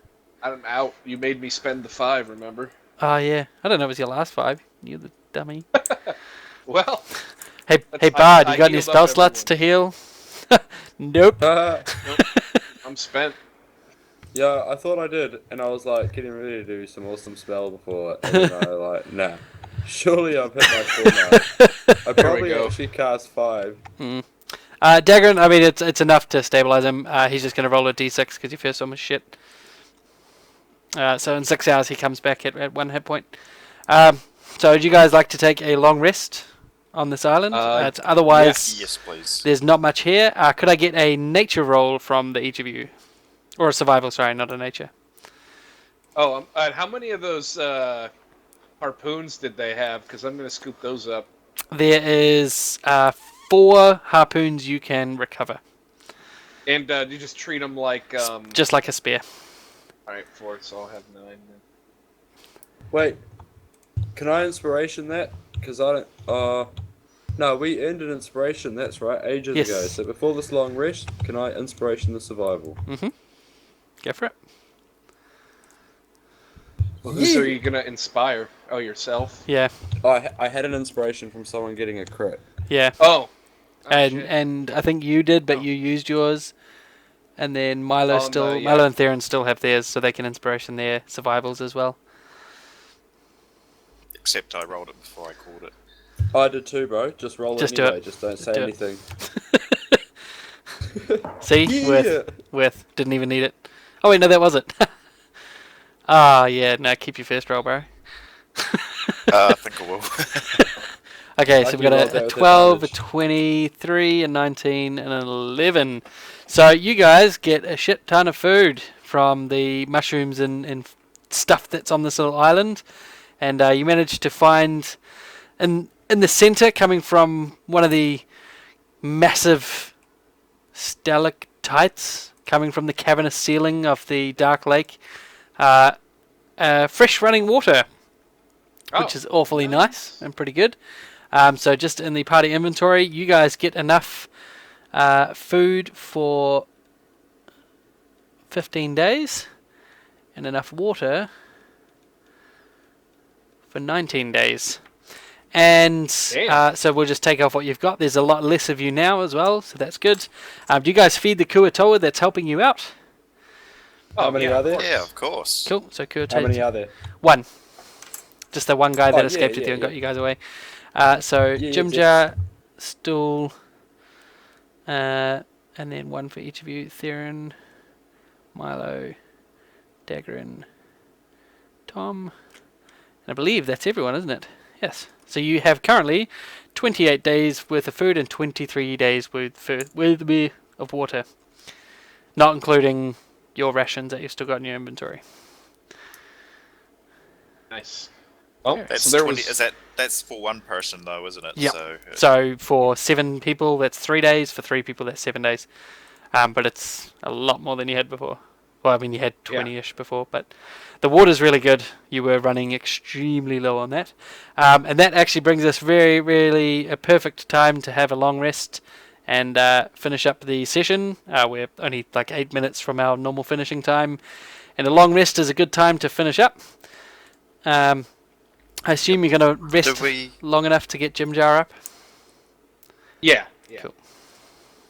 Well, long rest. Yeah, I mean it's gonna be 8 hours, right? Well, he only comes back to life in 6, so he'll only get a short rest, really. That's what I mean. Are you going to wait 16 hours? Well, can we like attend to him to get him up or something? Or He just come up after a long rest. It'll be fine. before we rest, Yep. do you think we've earned roughly 500 XP-ish in the last session? Let's have a look what you've earned, because you guys have earned a bit. Kuatoa, Deep Father Altar. probably get a bonus for being shit-ass cursed. Dead as cursed. That's worth like $4,000, yeah. No. Your HP you can put back up now as well. You've had a long rest. Thank Jeebus. Just need about 1600 XP, Dan. So I can change my fucking spell. So you've each received 250 XP for witnessing the Demogorgon, and you have received 813 each for combats up to this point. Oh yeah. Level 4. Level 4 indeed. Level 3.5. Theron, you're banned from level 4 until you update your XP as well. Eh? Your XP to next level is out and it bugs me. So your next level of XP for everyone should be a bunch. Yeah, why is it saying 900? I don't know. 6,500 That's for what it says. level 5. Both Theron and Milo. Ah, right. I'm sure hers was 2,700 just before. Thanks, Twitch, for watching. We're going to be killing the stream here. Yeah, cheers for coming. Tune in for tomorrow's game. It's a slightly different one to this. But otherwise, be back next week and enjoy not listening to us for the next 6 days. Bye-bye.